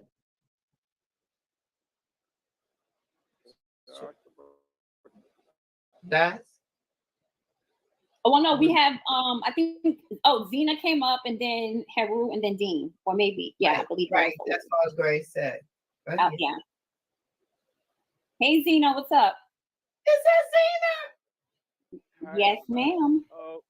Zena, you know I'm not speaking to you. What you doing up here? I've been texting you, calling you, responding to the text, and not picking up the. Got my phone on do not disturb. You have to speak up. We can't hear you, Zena. Zena, your phone. All right. No. Okay, can you guys hear me now? Yes. He already said he got something for you. He told me on the phone he got something for you, Dad. First, let me first compliment the brother on his knowledge aspect, the history he discussed earlier, not the Houston, but the war in Texas, how America took over. That was very profound, and I think everybody should be acquainted with that. I think it was during that war. It was after that war that they named. That's where the city Houston came from, by Sam Houston. He was the general that led that battle, and he killed so many people. But anyways, the question that I have for the brother is, who do you think the Moors are? You did mention the Moors earlier. Who do you think they are? Are they Black Americans? Are they Africans? Or are they natives? Can you please clarify? Please. More is a catch term. More is a term used to group people with a similar appearance under one banner. The group.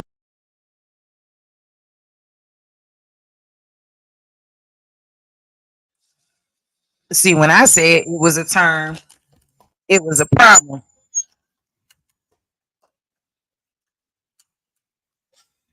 Child, what's it? Girl, I'm about to start calling his ass Dinka. He ain't gonna be no Zena. He gonna be Dinka.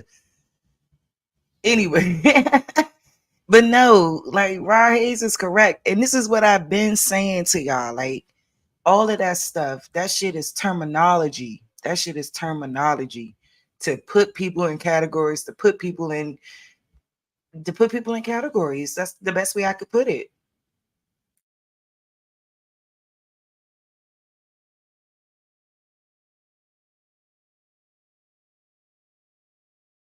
Grouping of the people that was conquistadors of Spain, or they was calling them then, they were Jews, but they became known as Moors when they got over here to the Americas, and we were something called Moors.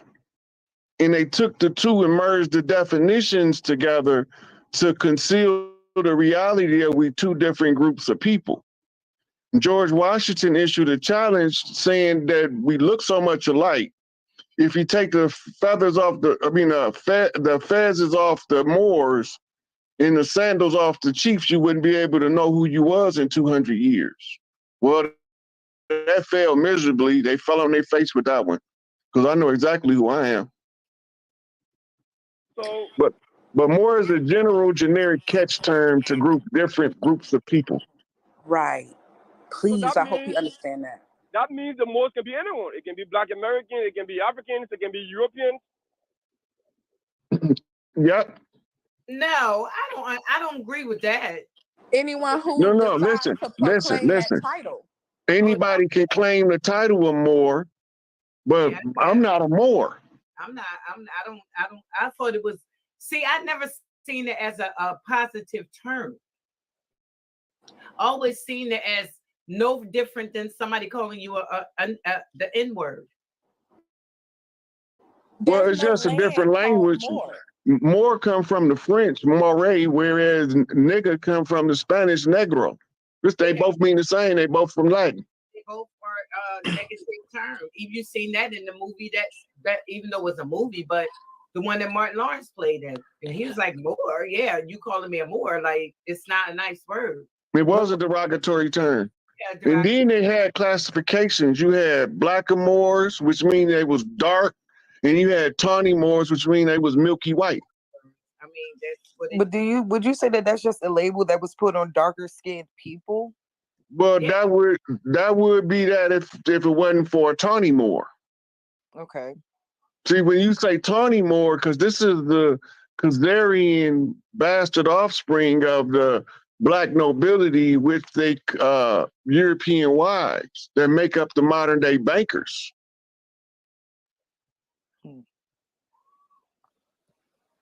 Yeah, I just I don't know. You know, I could be wrong about it, but that's how I see it. Yeah, I like. I would rather be that than to be a General Moore. A General Moore can mean anybody. Either Tiny Moore, that mean you crackers. Blackamoor, that mean you niggers.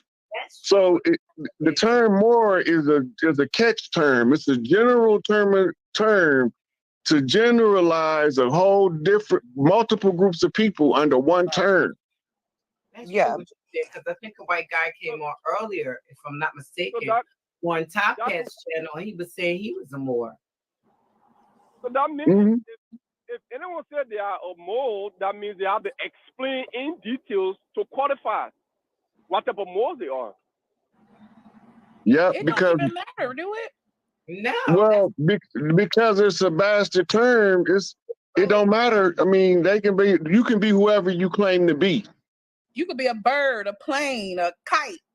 You know what I'm saying? That's what, to me, that's what it seemed like. Yeah, you can be whatever you claim to be in a free will universe. You got the right to believe you whoever you want to be. That don't make it true, but you can still have the right to believe that. No, but every term we use has a historicity attached to that word. So you may misrepresent what I want actually stand for. Because my idea of what the Moor means, it originates far back in history, where when Africans were taken to Europe, that's where the word Moors came from, because they will find a way to refer to this particular group of people. Somebody may say it may mean something else, but if you use the word Moors and try to add different definition to it, that does not correlate with what it originally stands for, that's questionable. That's why I'm trying to understand the perspective from. Well, you do the etymology of the word Moor. The etymology of the word Moor is not even 600 years old. Not only that, there's no piece of land even called moorland to even attach yourself to say that you know what I'm saying? It's just literally. Well, in modern terms, those citizens of Morocco is classified as Moor. That's it. But even that, Morocco don't mean Moor. I think Moor was initially used as a description of Africans, those that came from Africa to go to Europe. Yeah, because before they attached black or Moors to them, like you mentioned earlier. Mm-hmm. That's European stuff. That don't got nothing to do with the people of this land, though. The whole Moorish paradigm from Europe only had something to do with us is when they got kicked out of Europe and decided to come settle in America. That's where the problem we had in our interaction and communication with the group called Moors from Europe. Before they was called Moors, they went into Europe called Etruscans. Right? They set up Tuscany, which is in modern day Italy. They set up the French government, right? They set up the Spanish government, and the same people that they so-called civilized kicked their ass out. How can you civilize somebody and what did you do to make the people you civilized get rid of you? But isn't that the history of the Moors? They came from Africa, they went to Europe, and then the Americas?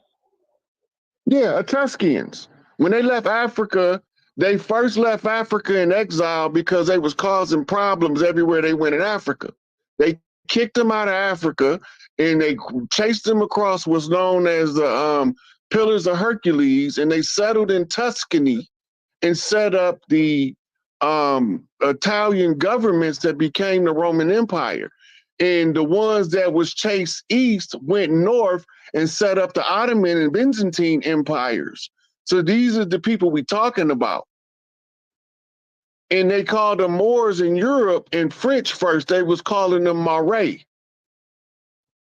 The French was the first to call them Moors or Marais because it was, to the French at the time, a description of the people that they seen coming. The descriptions of the Moors that you're providing is a little different from the Moors that I've studied that I know of. Even though both of them may have the same origin, The most that came from Africa to go to Europe, those guys were engineers, those guys were scholars. They helped up build Europe. So what you're saying does not correlate with the history that I know of. But maybe there could be little differences. But I got another question though. My other question is, now we do agree that there were blacks. It is very agreed that there were blacks in America here before everything else. How can you then tell those blacks that were here than those blacks that came from Africa? It's the swagger, the character, the cultural expression of the self that's natural to the people of this land that's not natural to the people from the motherland. It's the way that we do things that's culturally expressive to who we are that spreads around the world as world culture. We've been always the salt of the earth. We know who we is by the imprint we leave on the societies that absorb us, because we got a common thread in who we are and how we express ourselves from this land that's distinctly different from those people that you call Africans. May I add to that? I just want to add to that because initially I thought I was a Moor until I kept living. And then I was like, okay, that's something different. Like it's not what you think it is. It's really not what people think it is. But it's not. My issue with that is that we are discussing people that came here more than 300 years ago. And people that were here, they assume that more than 500 years ago. Last so question. How can we now tell the difference? I just told you how you can tell the difference by the cultural expression. Black American. My point is, Black American before slavery, after slavery, African that came here, you can see the difference before slavery and after slavery. So I think the distinction is African now that came here after slavery, you can tell the difference from blacks that were already here. But those blacks that came more than 300 years ago, and those blacks that were already here more than 500 years ago, I don't know if we can tell the difference. What? I can tell the difference because they my people, and I know me, so I know them. Yeah. I don't need nobody. I don't need no books. I don't need nobody else to tell me. I know them from the swagger.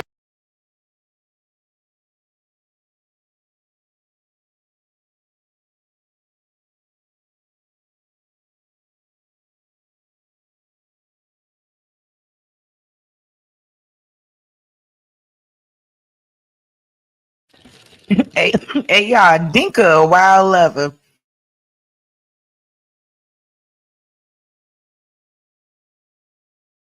I'd improved it and over again by identifying people of African descent, second generation, who almost look like one of us, but they don't got certain characteristics that's natural to us in the way they carry themselves. They different people.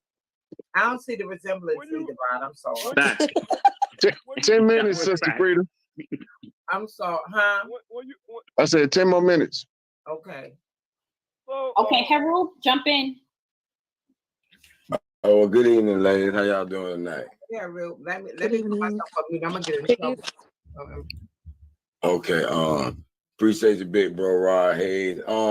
Hey man, everything you saying is matching up to this research I'm doing with these Florida, well, actually North American maps. I'm noticing. I was like, how the friend they call Florida almost all the way up to Chicago, but it's called Chiaga on the map.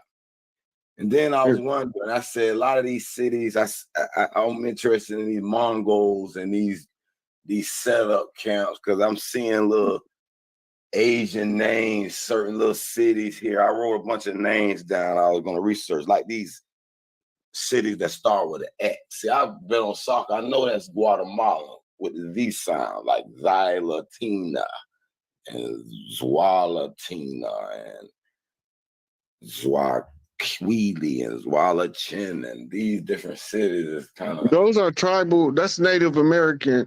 That's Mesoamerican linguistics with the X's and the Z's is heavily prominent in a transliteration of their language into English.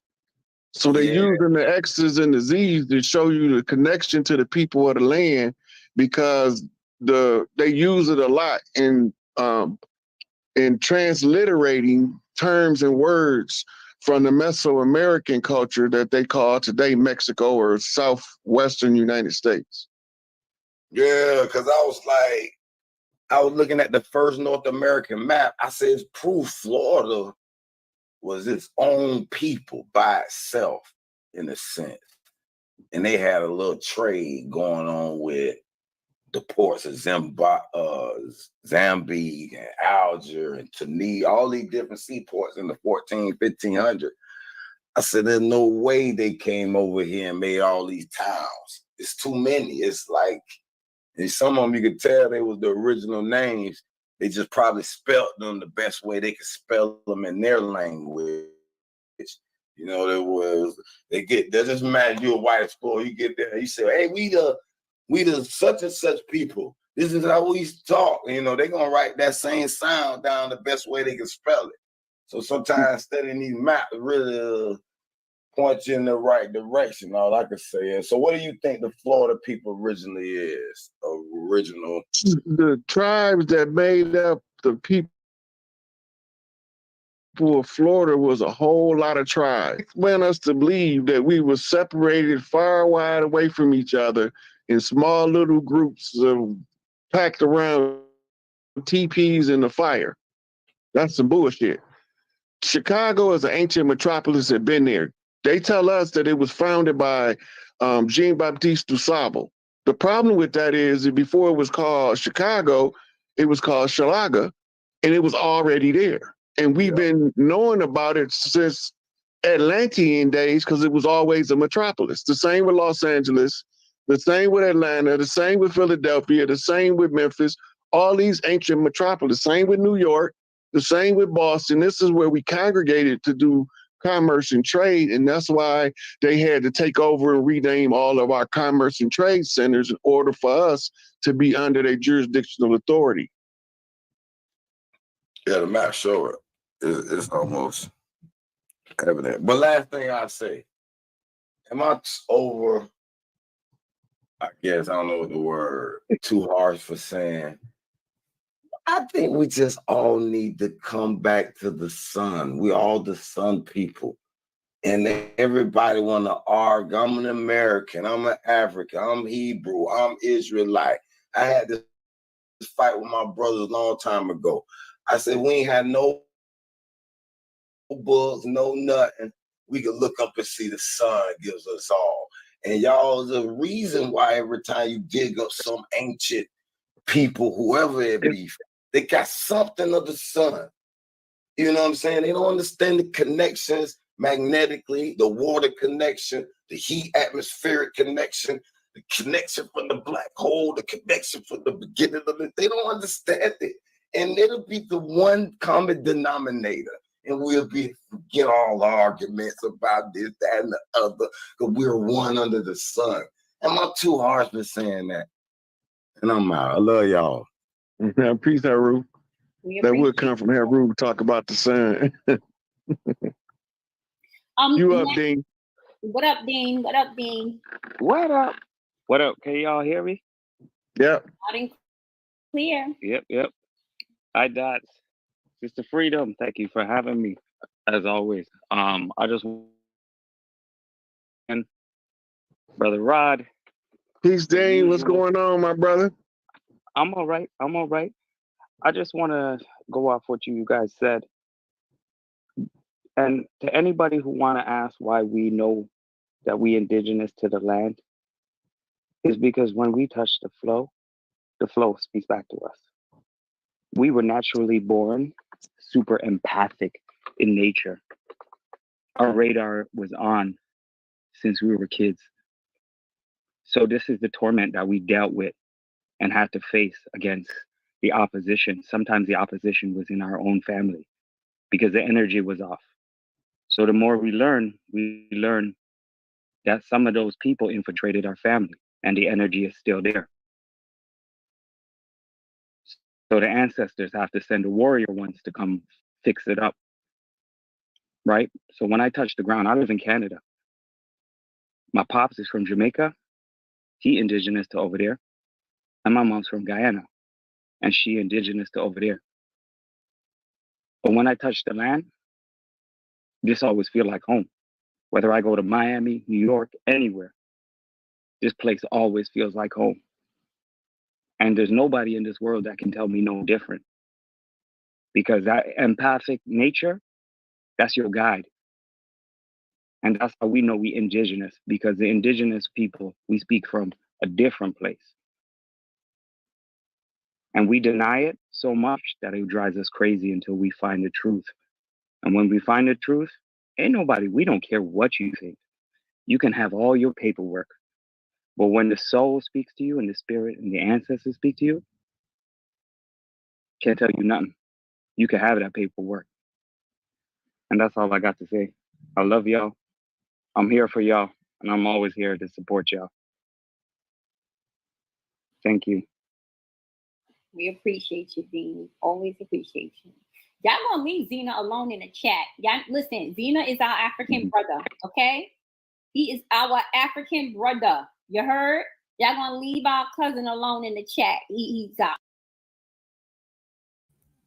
Hey, Dots, his new name is Dinka, okay? Get the word out the Dots. That's Dinka from now on.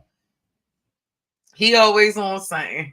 I see why they was cleaning them up in that chat. I don't blame them coming in there, keep asking them sideways questions to the brother Hayes. I don't think he's gonna be up here much longer though.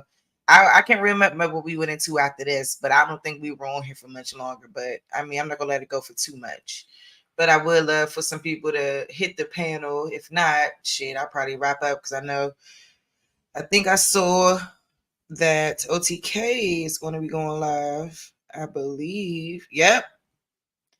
OTK gonna be going live in like an hour, so I can stay for like one more hour, and then I'm gonna be over there with the cleanup crew. So, all right.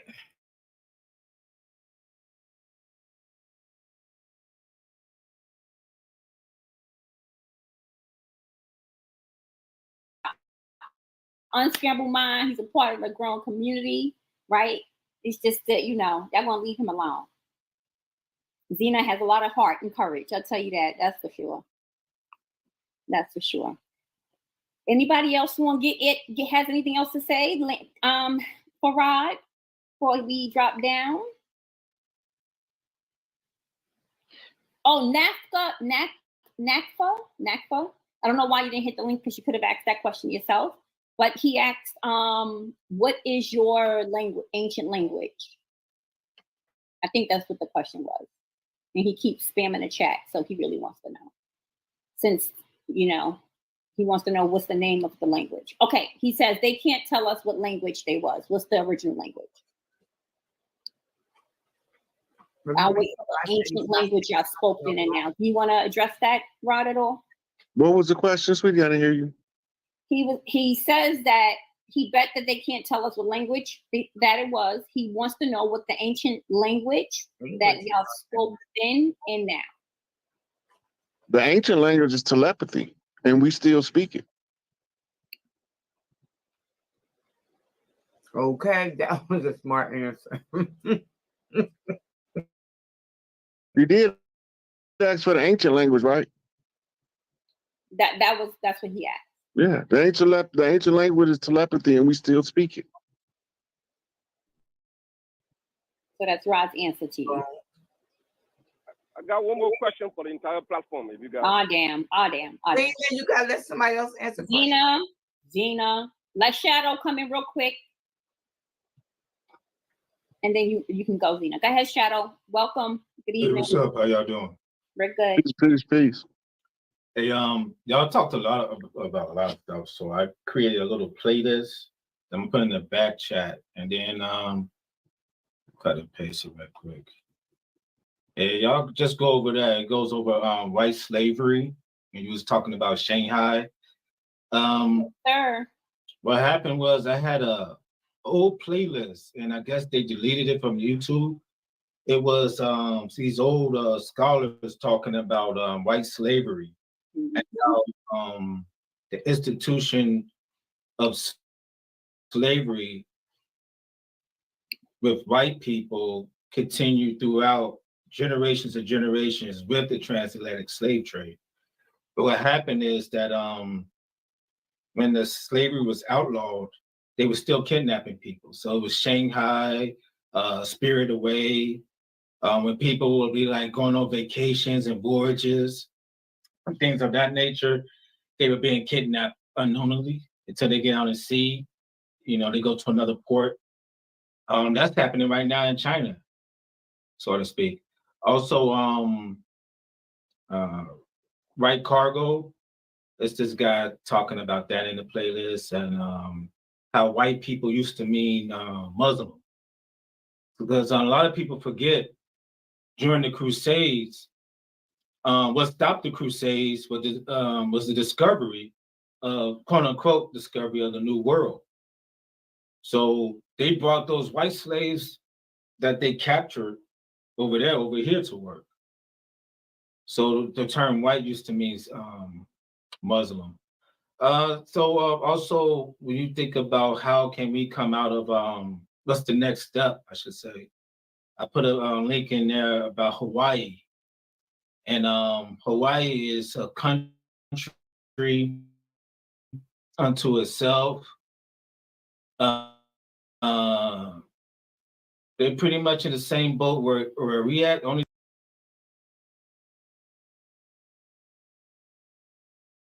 in this, what were you asking?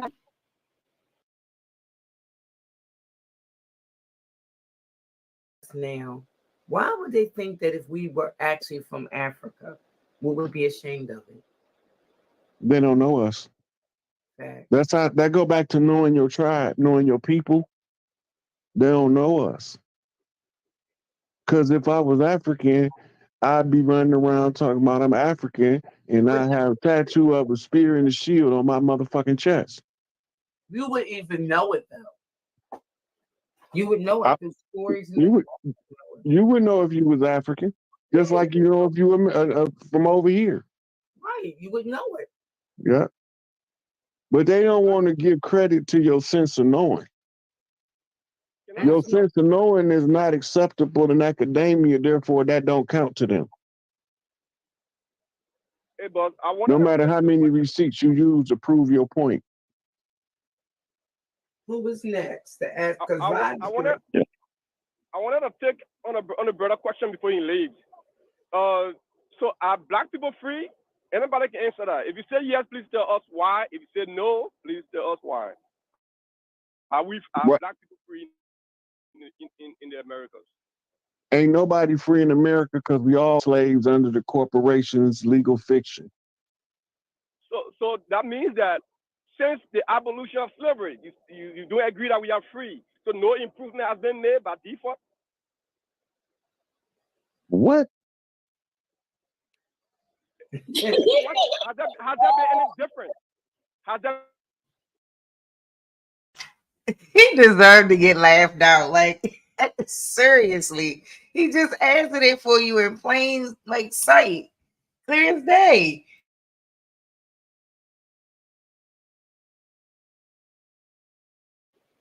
What are you including as improvement though?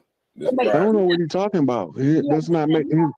Yeah, Zena, speak a little bit louder and a little bit not so fast. We can understand.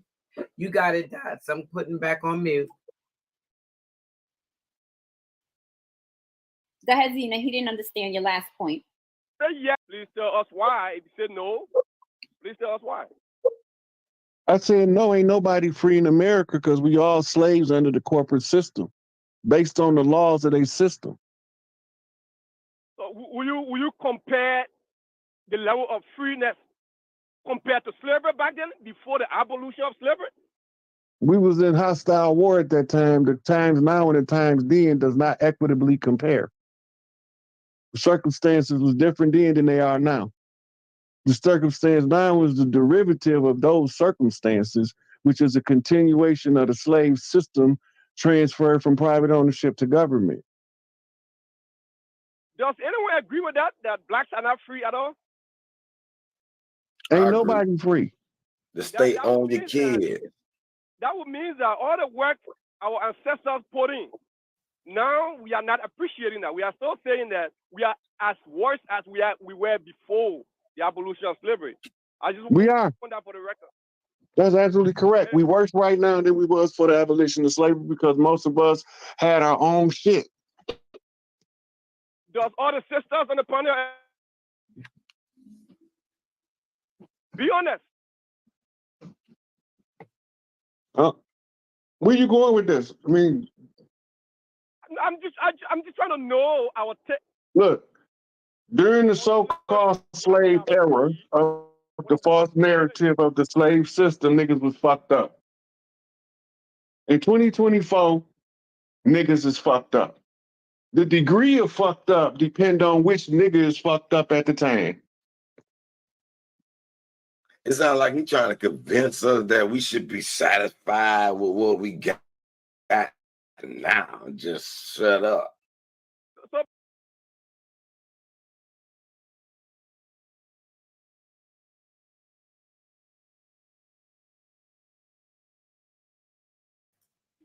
My bad, y'all. Hey, Haru ain't speak nothing but facts.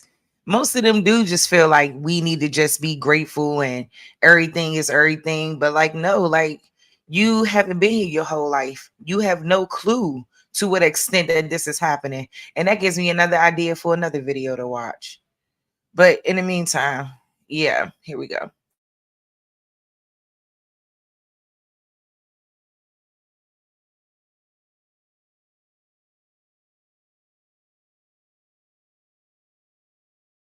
Basically the lifestyle that we That's have my before the sentiment I get. That's what I'm like. The nigga, the struggle real. Yeah, You ought to be happy. You ought to be happy Master gave you a cookie today. Yeah, Master ain't have to give you no cookie. You ain't gotta Man, paint no, fuck Master and his cookie. I want my whole farm back. I'm just trying to paint no cute picture. Hey, Sister Freedom, that's a wrap for me, sweetie. I gotta go now. All right, bro. Be good. All right, Take peace, care. peace. Bye. Good night. Thank you. Good night. Good night. Good night. All right. All right. We'll talk to you later. All right, y'all.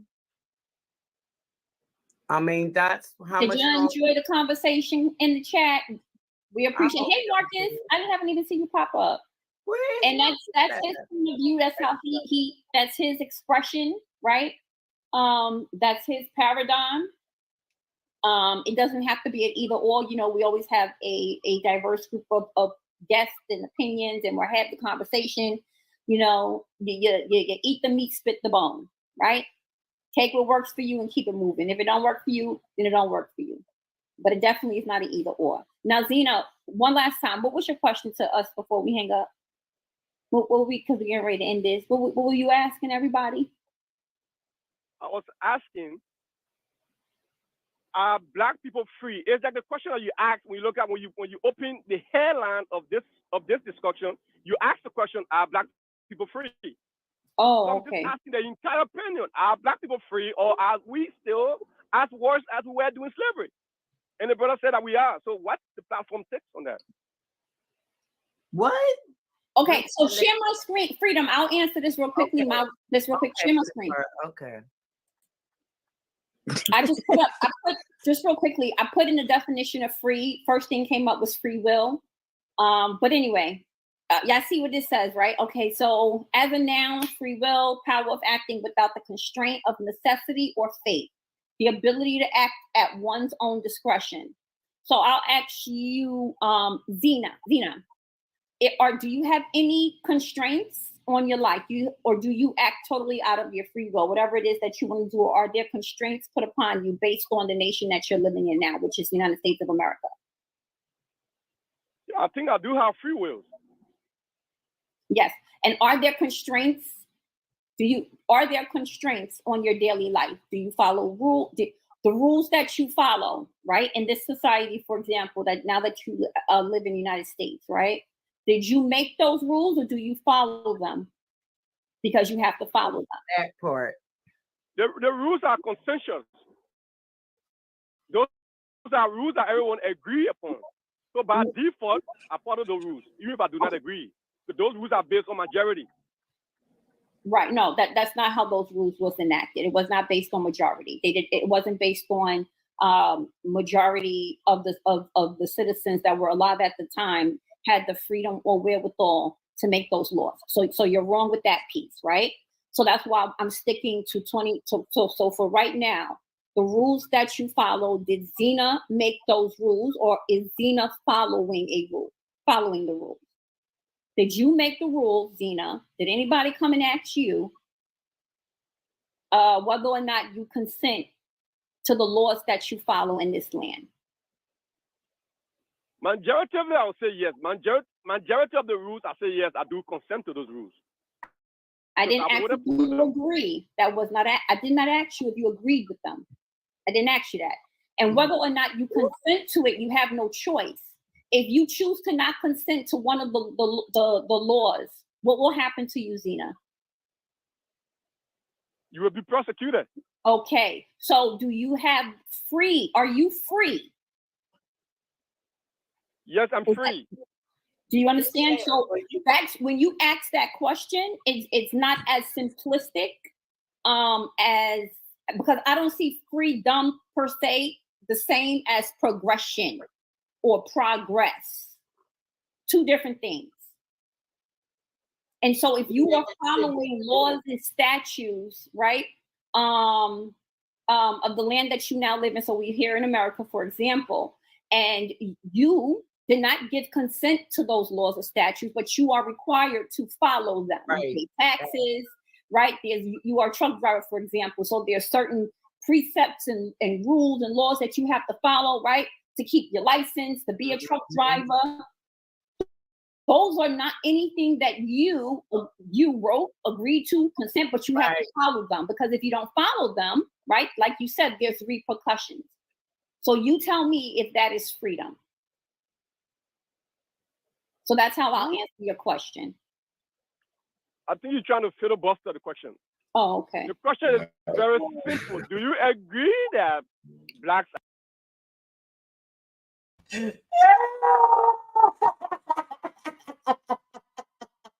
the fuck you gonna say you're trying to filibuster the question? How the hell did she do that? She put it in the most kindergarten way you could possibly understand it. And he gonna respond and say, oh man, I heard it all. Oh man, you're trying to filibuster the question. Hey, go ahead. Go ahead with that bullshit, Dika. Hey, Dika, stop what you doing, Dika. I'm serious. Hey, I had to laugh, y'all. That is so funny. And then I read the comments. All I see is Soul saying, get this clown out of here. Who says that to someone? I don't know it.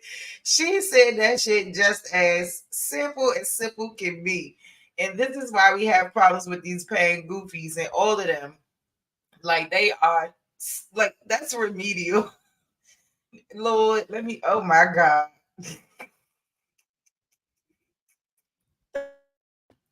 I forgot how much he was doing on this goddamn thing.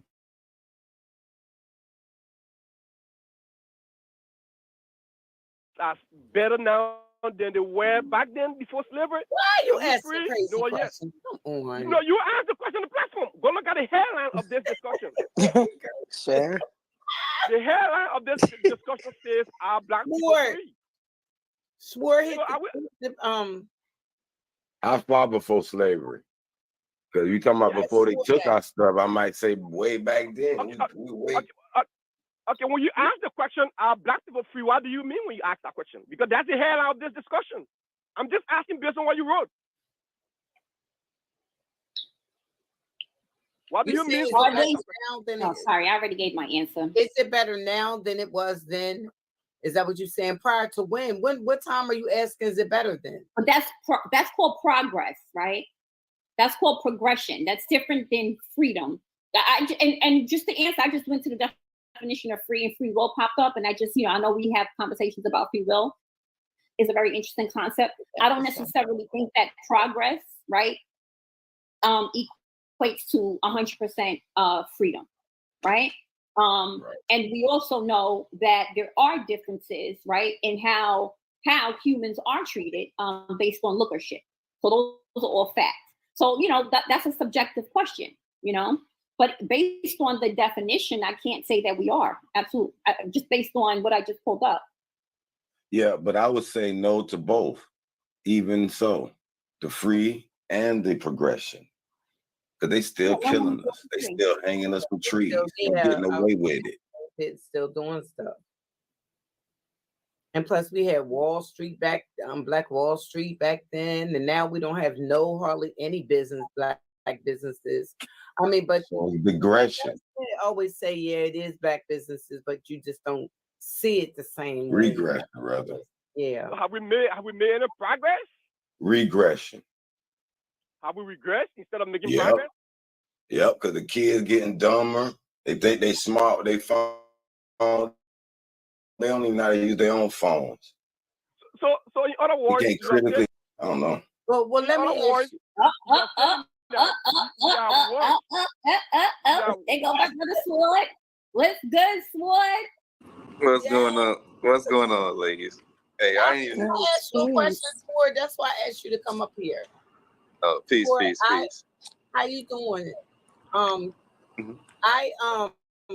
went to school. You know, I went to school early. Wait a minute, Z. Let me get this question out, please. I went to school, and in my schools in Atlantic.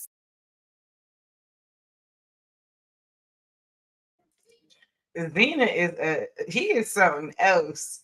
Had the nerve to be trying fake Kirk. Boy, stop playing with us. Have we progressed? That's all you want to know. We already told you no. How many times do you understand no? I thought no was the same in every goddamn language. Shit. No. Okay? Stop playing with us. I feel like we already told him. I feel like we told him 100 times. But yeah. All right, y'all. So listen, I really had a good time today. It's been almost 4 hours. I think that's a long time. You know, I guess I couldn't get anyone to get on the panel today.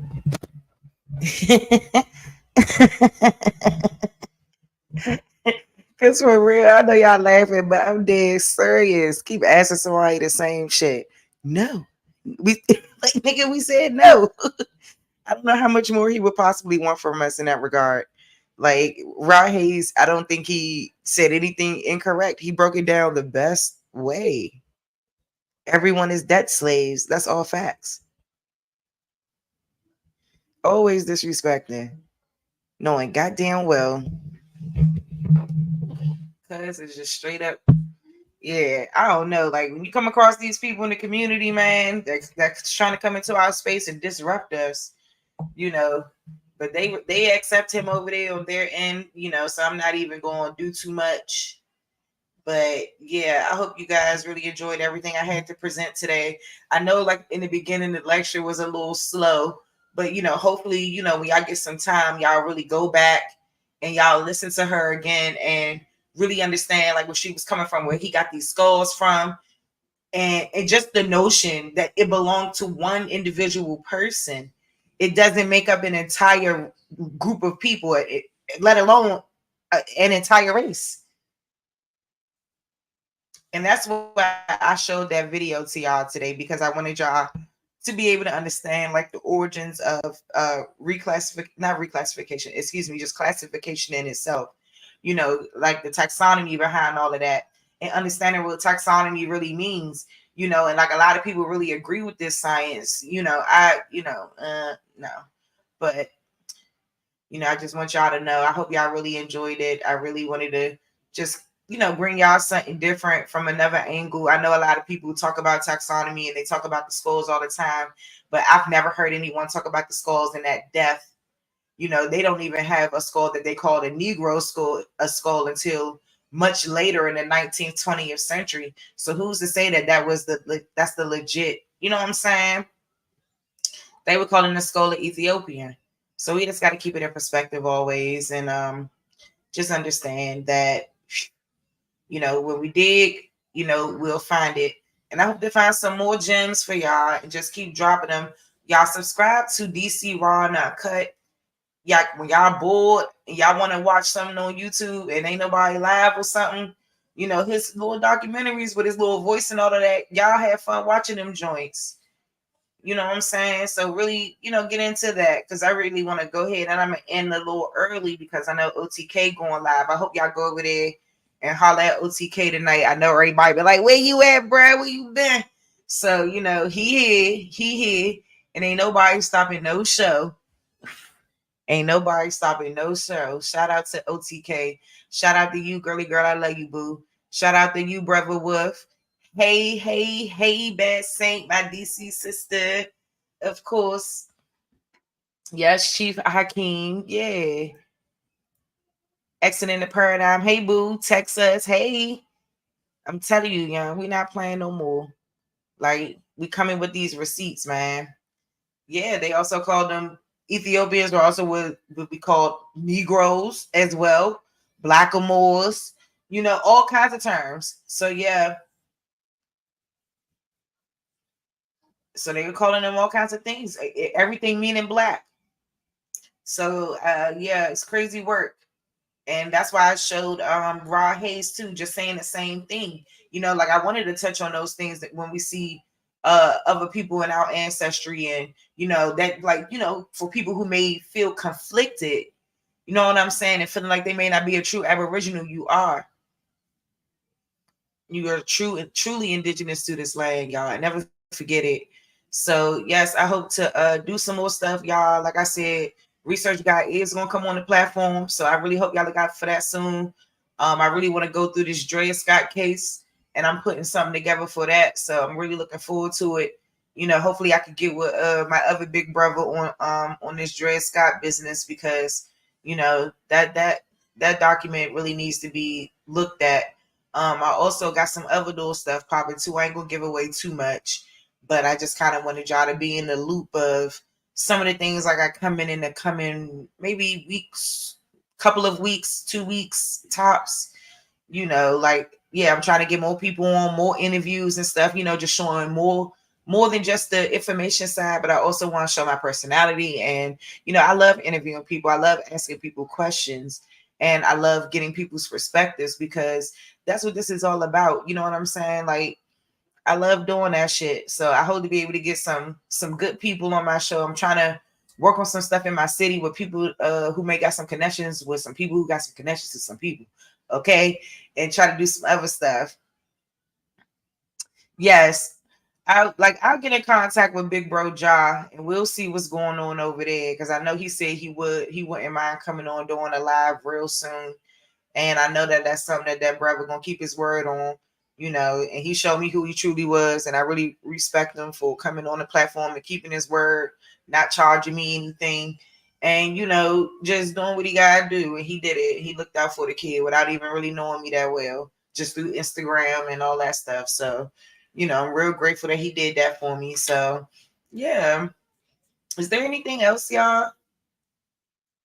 Is there something? Oh, yeah. So before I go, is there anything that y'all wanted to touch on? I told y'all got to email me, but y'all need to put some stuff, like some subjects that y'all want to touch on, things y'all may be interested in. You know what I'm saying? I still need to show the Humanzy. Shout out to you, Juice. I think that was you, Juice. Who sent me the Humanzy? I did show it though.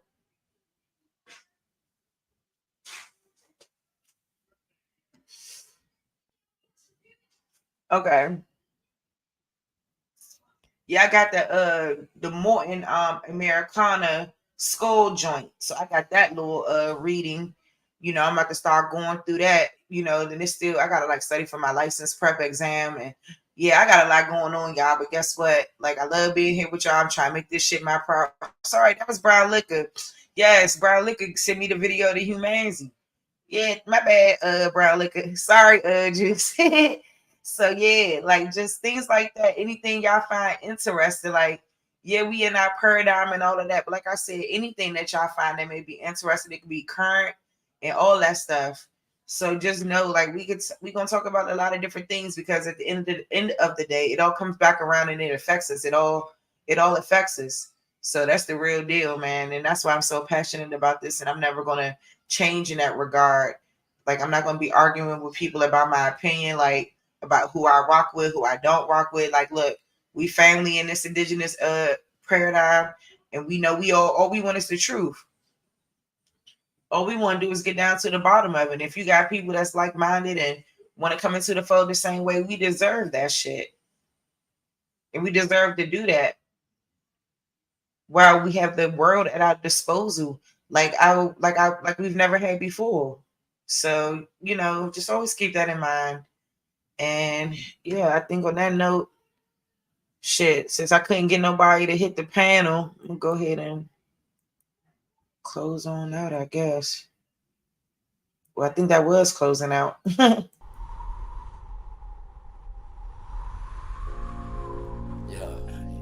What it look like, man? Real, man. I feel the same way you feel about word.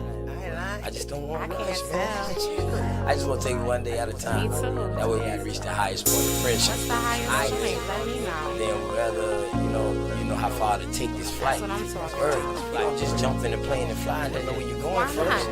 Just chill, baby. Got you. We don't have to run, baby, we can chill. Just keep patient before we take it there. See, you don't really know me, and I don't really know you. Never lived a good life, come on, let me show you. We don't have to run, baby, we can chill. Let's just keep patient before we take it there. See, you don't really know me, and I don't really know you. Never lived a good life, come on, let me show you. See, you don't have to rush. Baby girl, be patient. Anticipation of love making, got your legs shaking. See, every time I'm next to you, I feel your heart beat faster. But yet you try to hide behind your smile and your laughter. See, money's what I'm after, so all I do is chill. I'm out here on the grind, I'm trying to see a meal. You never seen this good life, well come on, let me show you. You never had a real hug, well come on, let me hold you. This life I lead is troublesome. You win some, you lose some. You lost one, then gain one. You want some, come get some. See, everything you want, you need, I got you. Even though you don't know me, I don't know you, baby, I got you. That's just how it goes to me. Rather have you next to me, never in front or back of me. You look good beside me, but we take it there. It's some things you need to know. We don't have to rush, baby, we can take it slow. We don't have to run, baby, we can chill. Just keep patient before we take it there. See, you don't really know me, and I don't really know you. Never lived a good life, come on, let me show you. We don't have to run, baby, we can chill. Let's just keep patient before we take it there. See, you don't really know me, and I don't really know you. Never lived a good life, come on, let me show you. Say if you like me, it's what you want. I ain't about games, I'm trying to front. See something that you want, then get it. Ice cream man always deliver, never late. I come on time. Tell me, girl, what's your room size? Sitting here, watch you visualize. I can't lie, see it in your eyes. Fantasize, I mean you all day, all night. Let me strap your seatbelt on before we take this flight. Hey, you know I'm helicopter high. Baby, you know I'm on a wide, baby, we can vibe. And that's just how it is. El Blizzo keep it realer than all the rest is. And don't compare me to them other dudes. I act a fool, with my tool, lock it down, just for you. You got a man, you can keep him too. I don't want him, I want you. Got a couple friends, but I got a couple too. Just let me know, girl, what you wanna do. And we can keep it on the low, long as you know, baby, just take it. We don't have to run, baby, we can chill. Just keep patient before we take it there. See, you don't really know me, and I don't really know you. Never lived a good life, come on, let me show you. We don't have to run, baby, we can chill. Let's just keep patient before we take it there. See, you don't really know me, and I don't really know you. Never lived a good life, come on, let me show you. All right, y'all. I love y'all, man. Peace and love to all the Aboriginal Indigenous Indians. Thank you all for listening, and make sure y'all tune in to OTK 5:30, man. Yeah. Tune into my twin. Tune into my folks. All right, y'all. Y'all stay safe out here.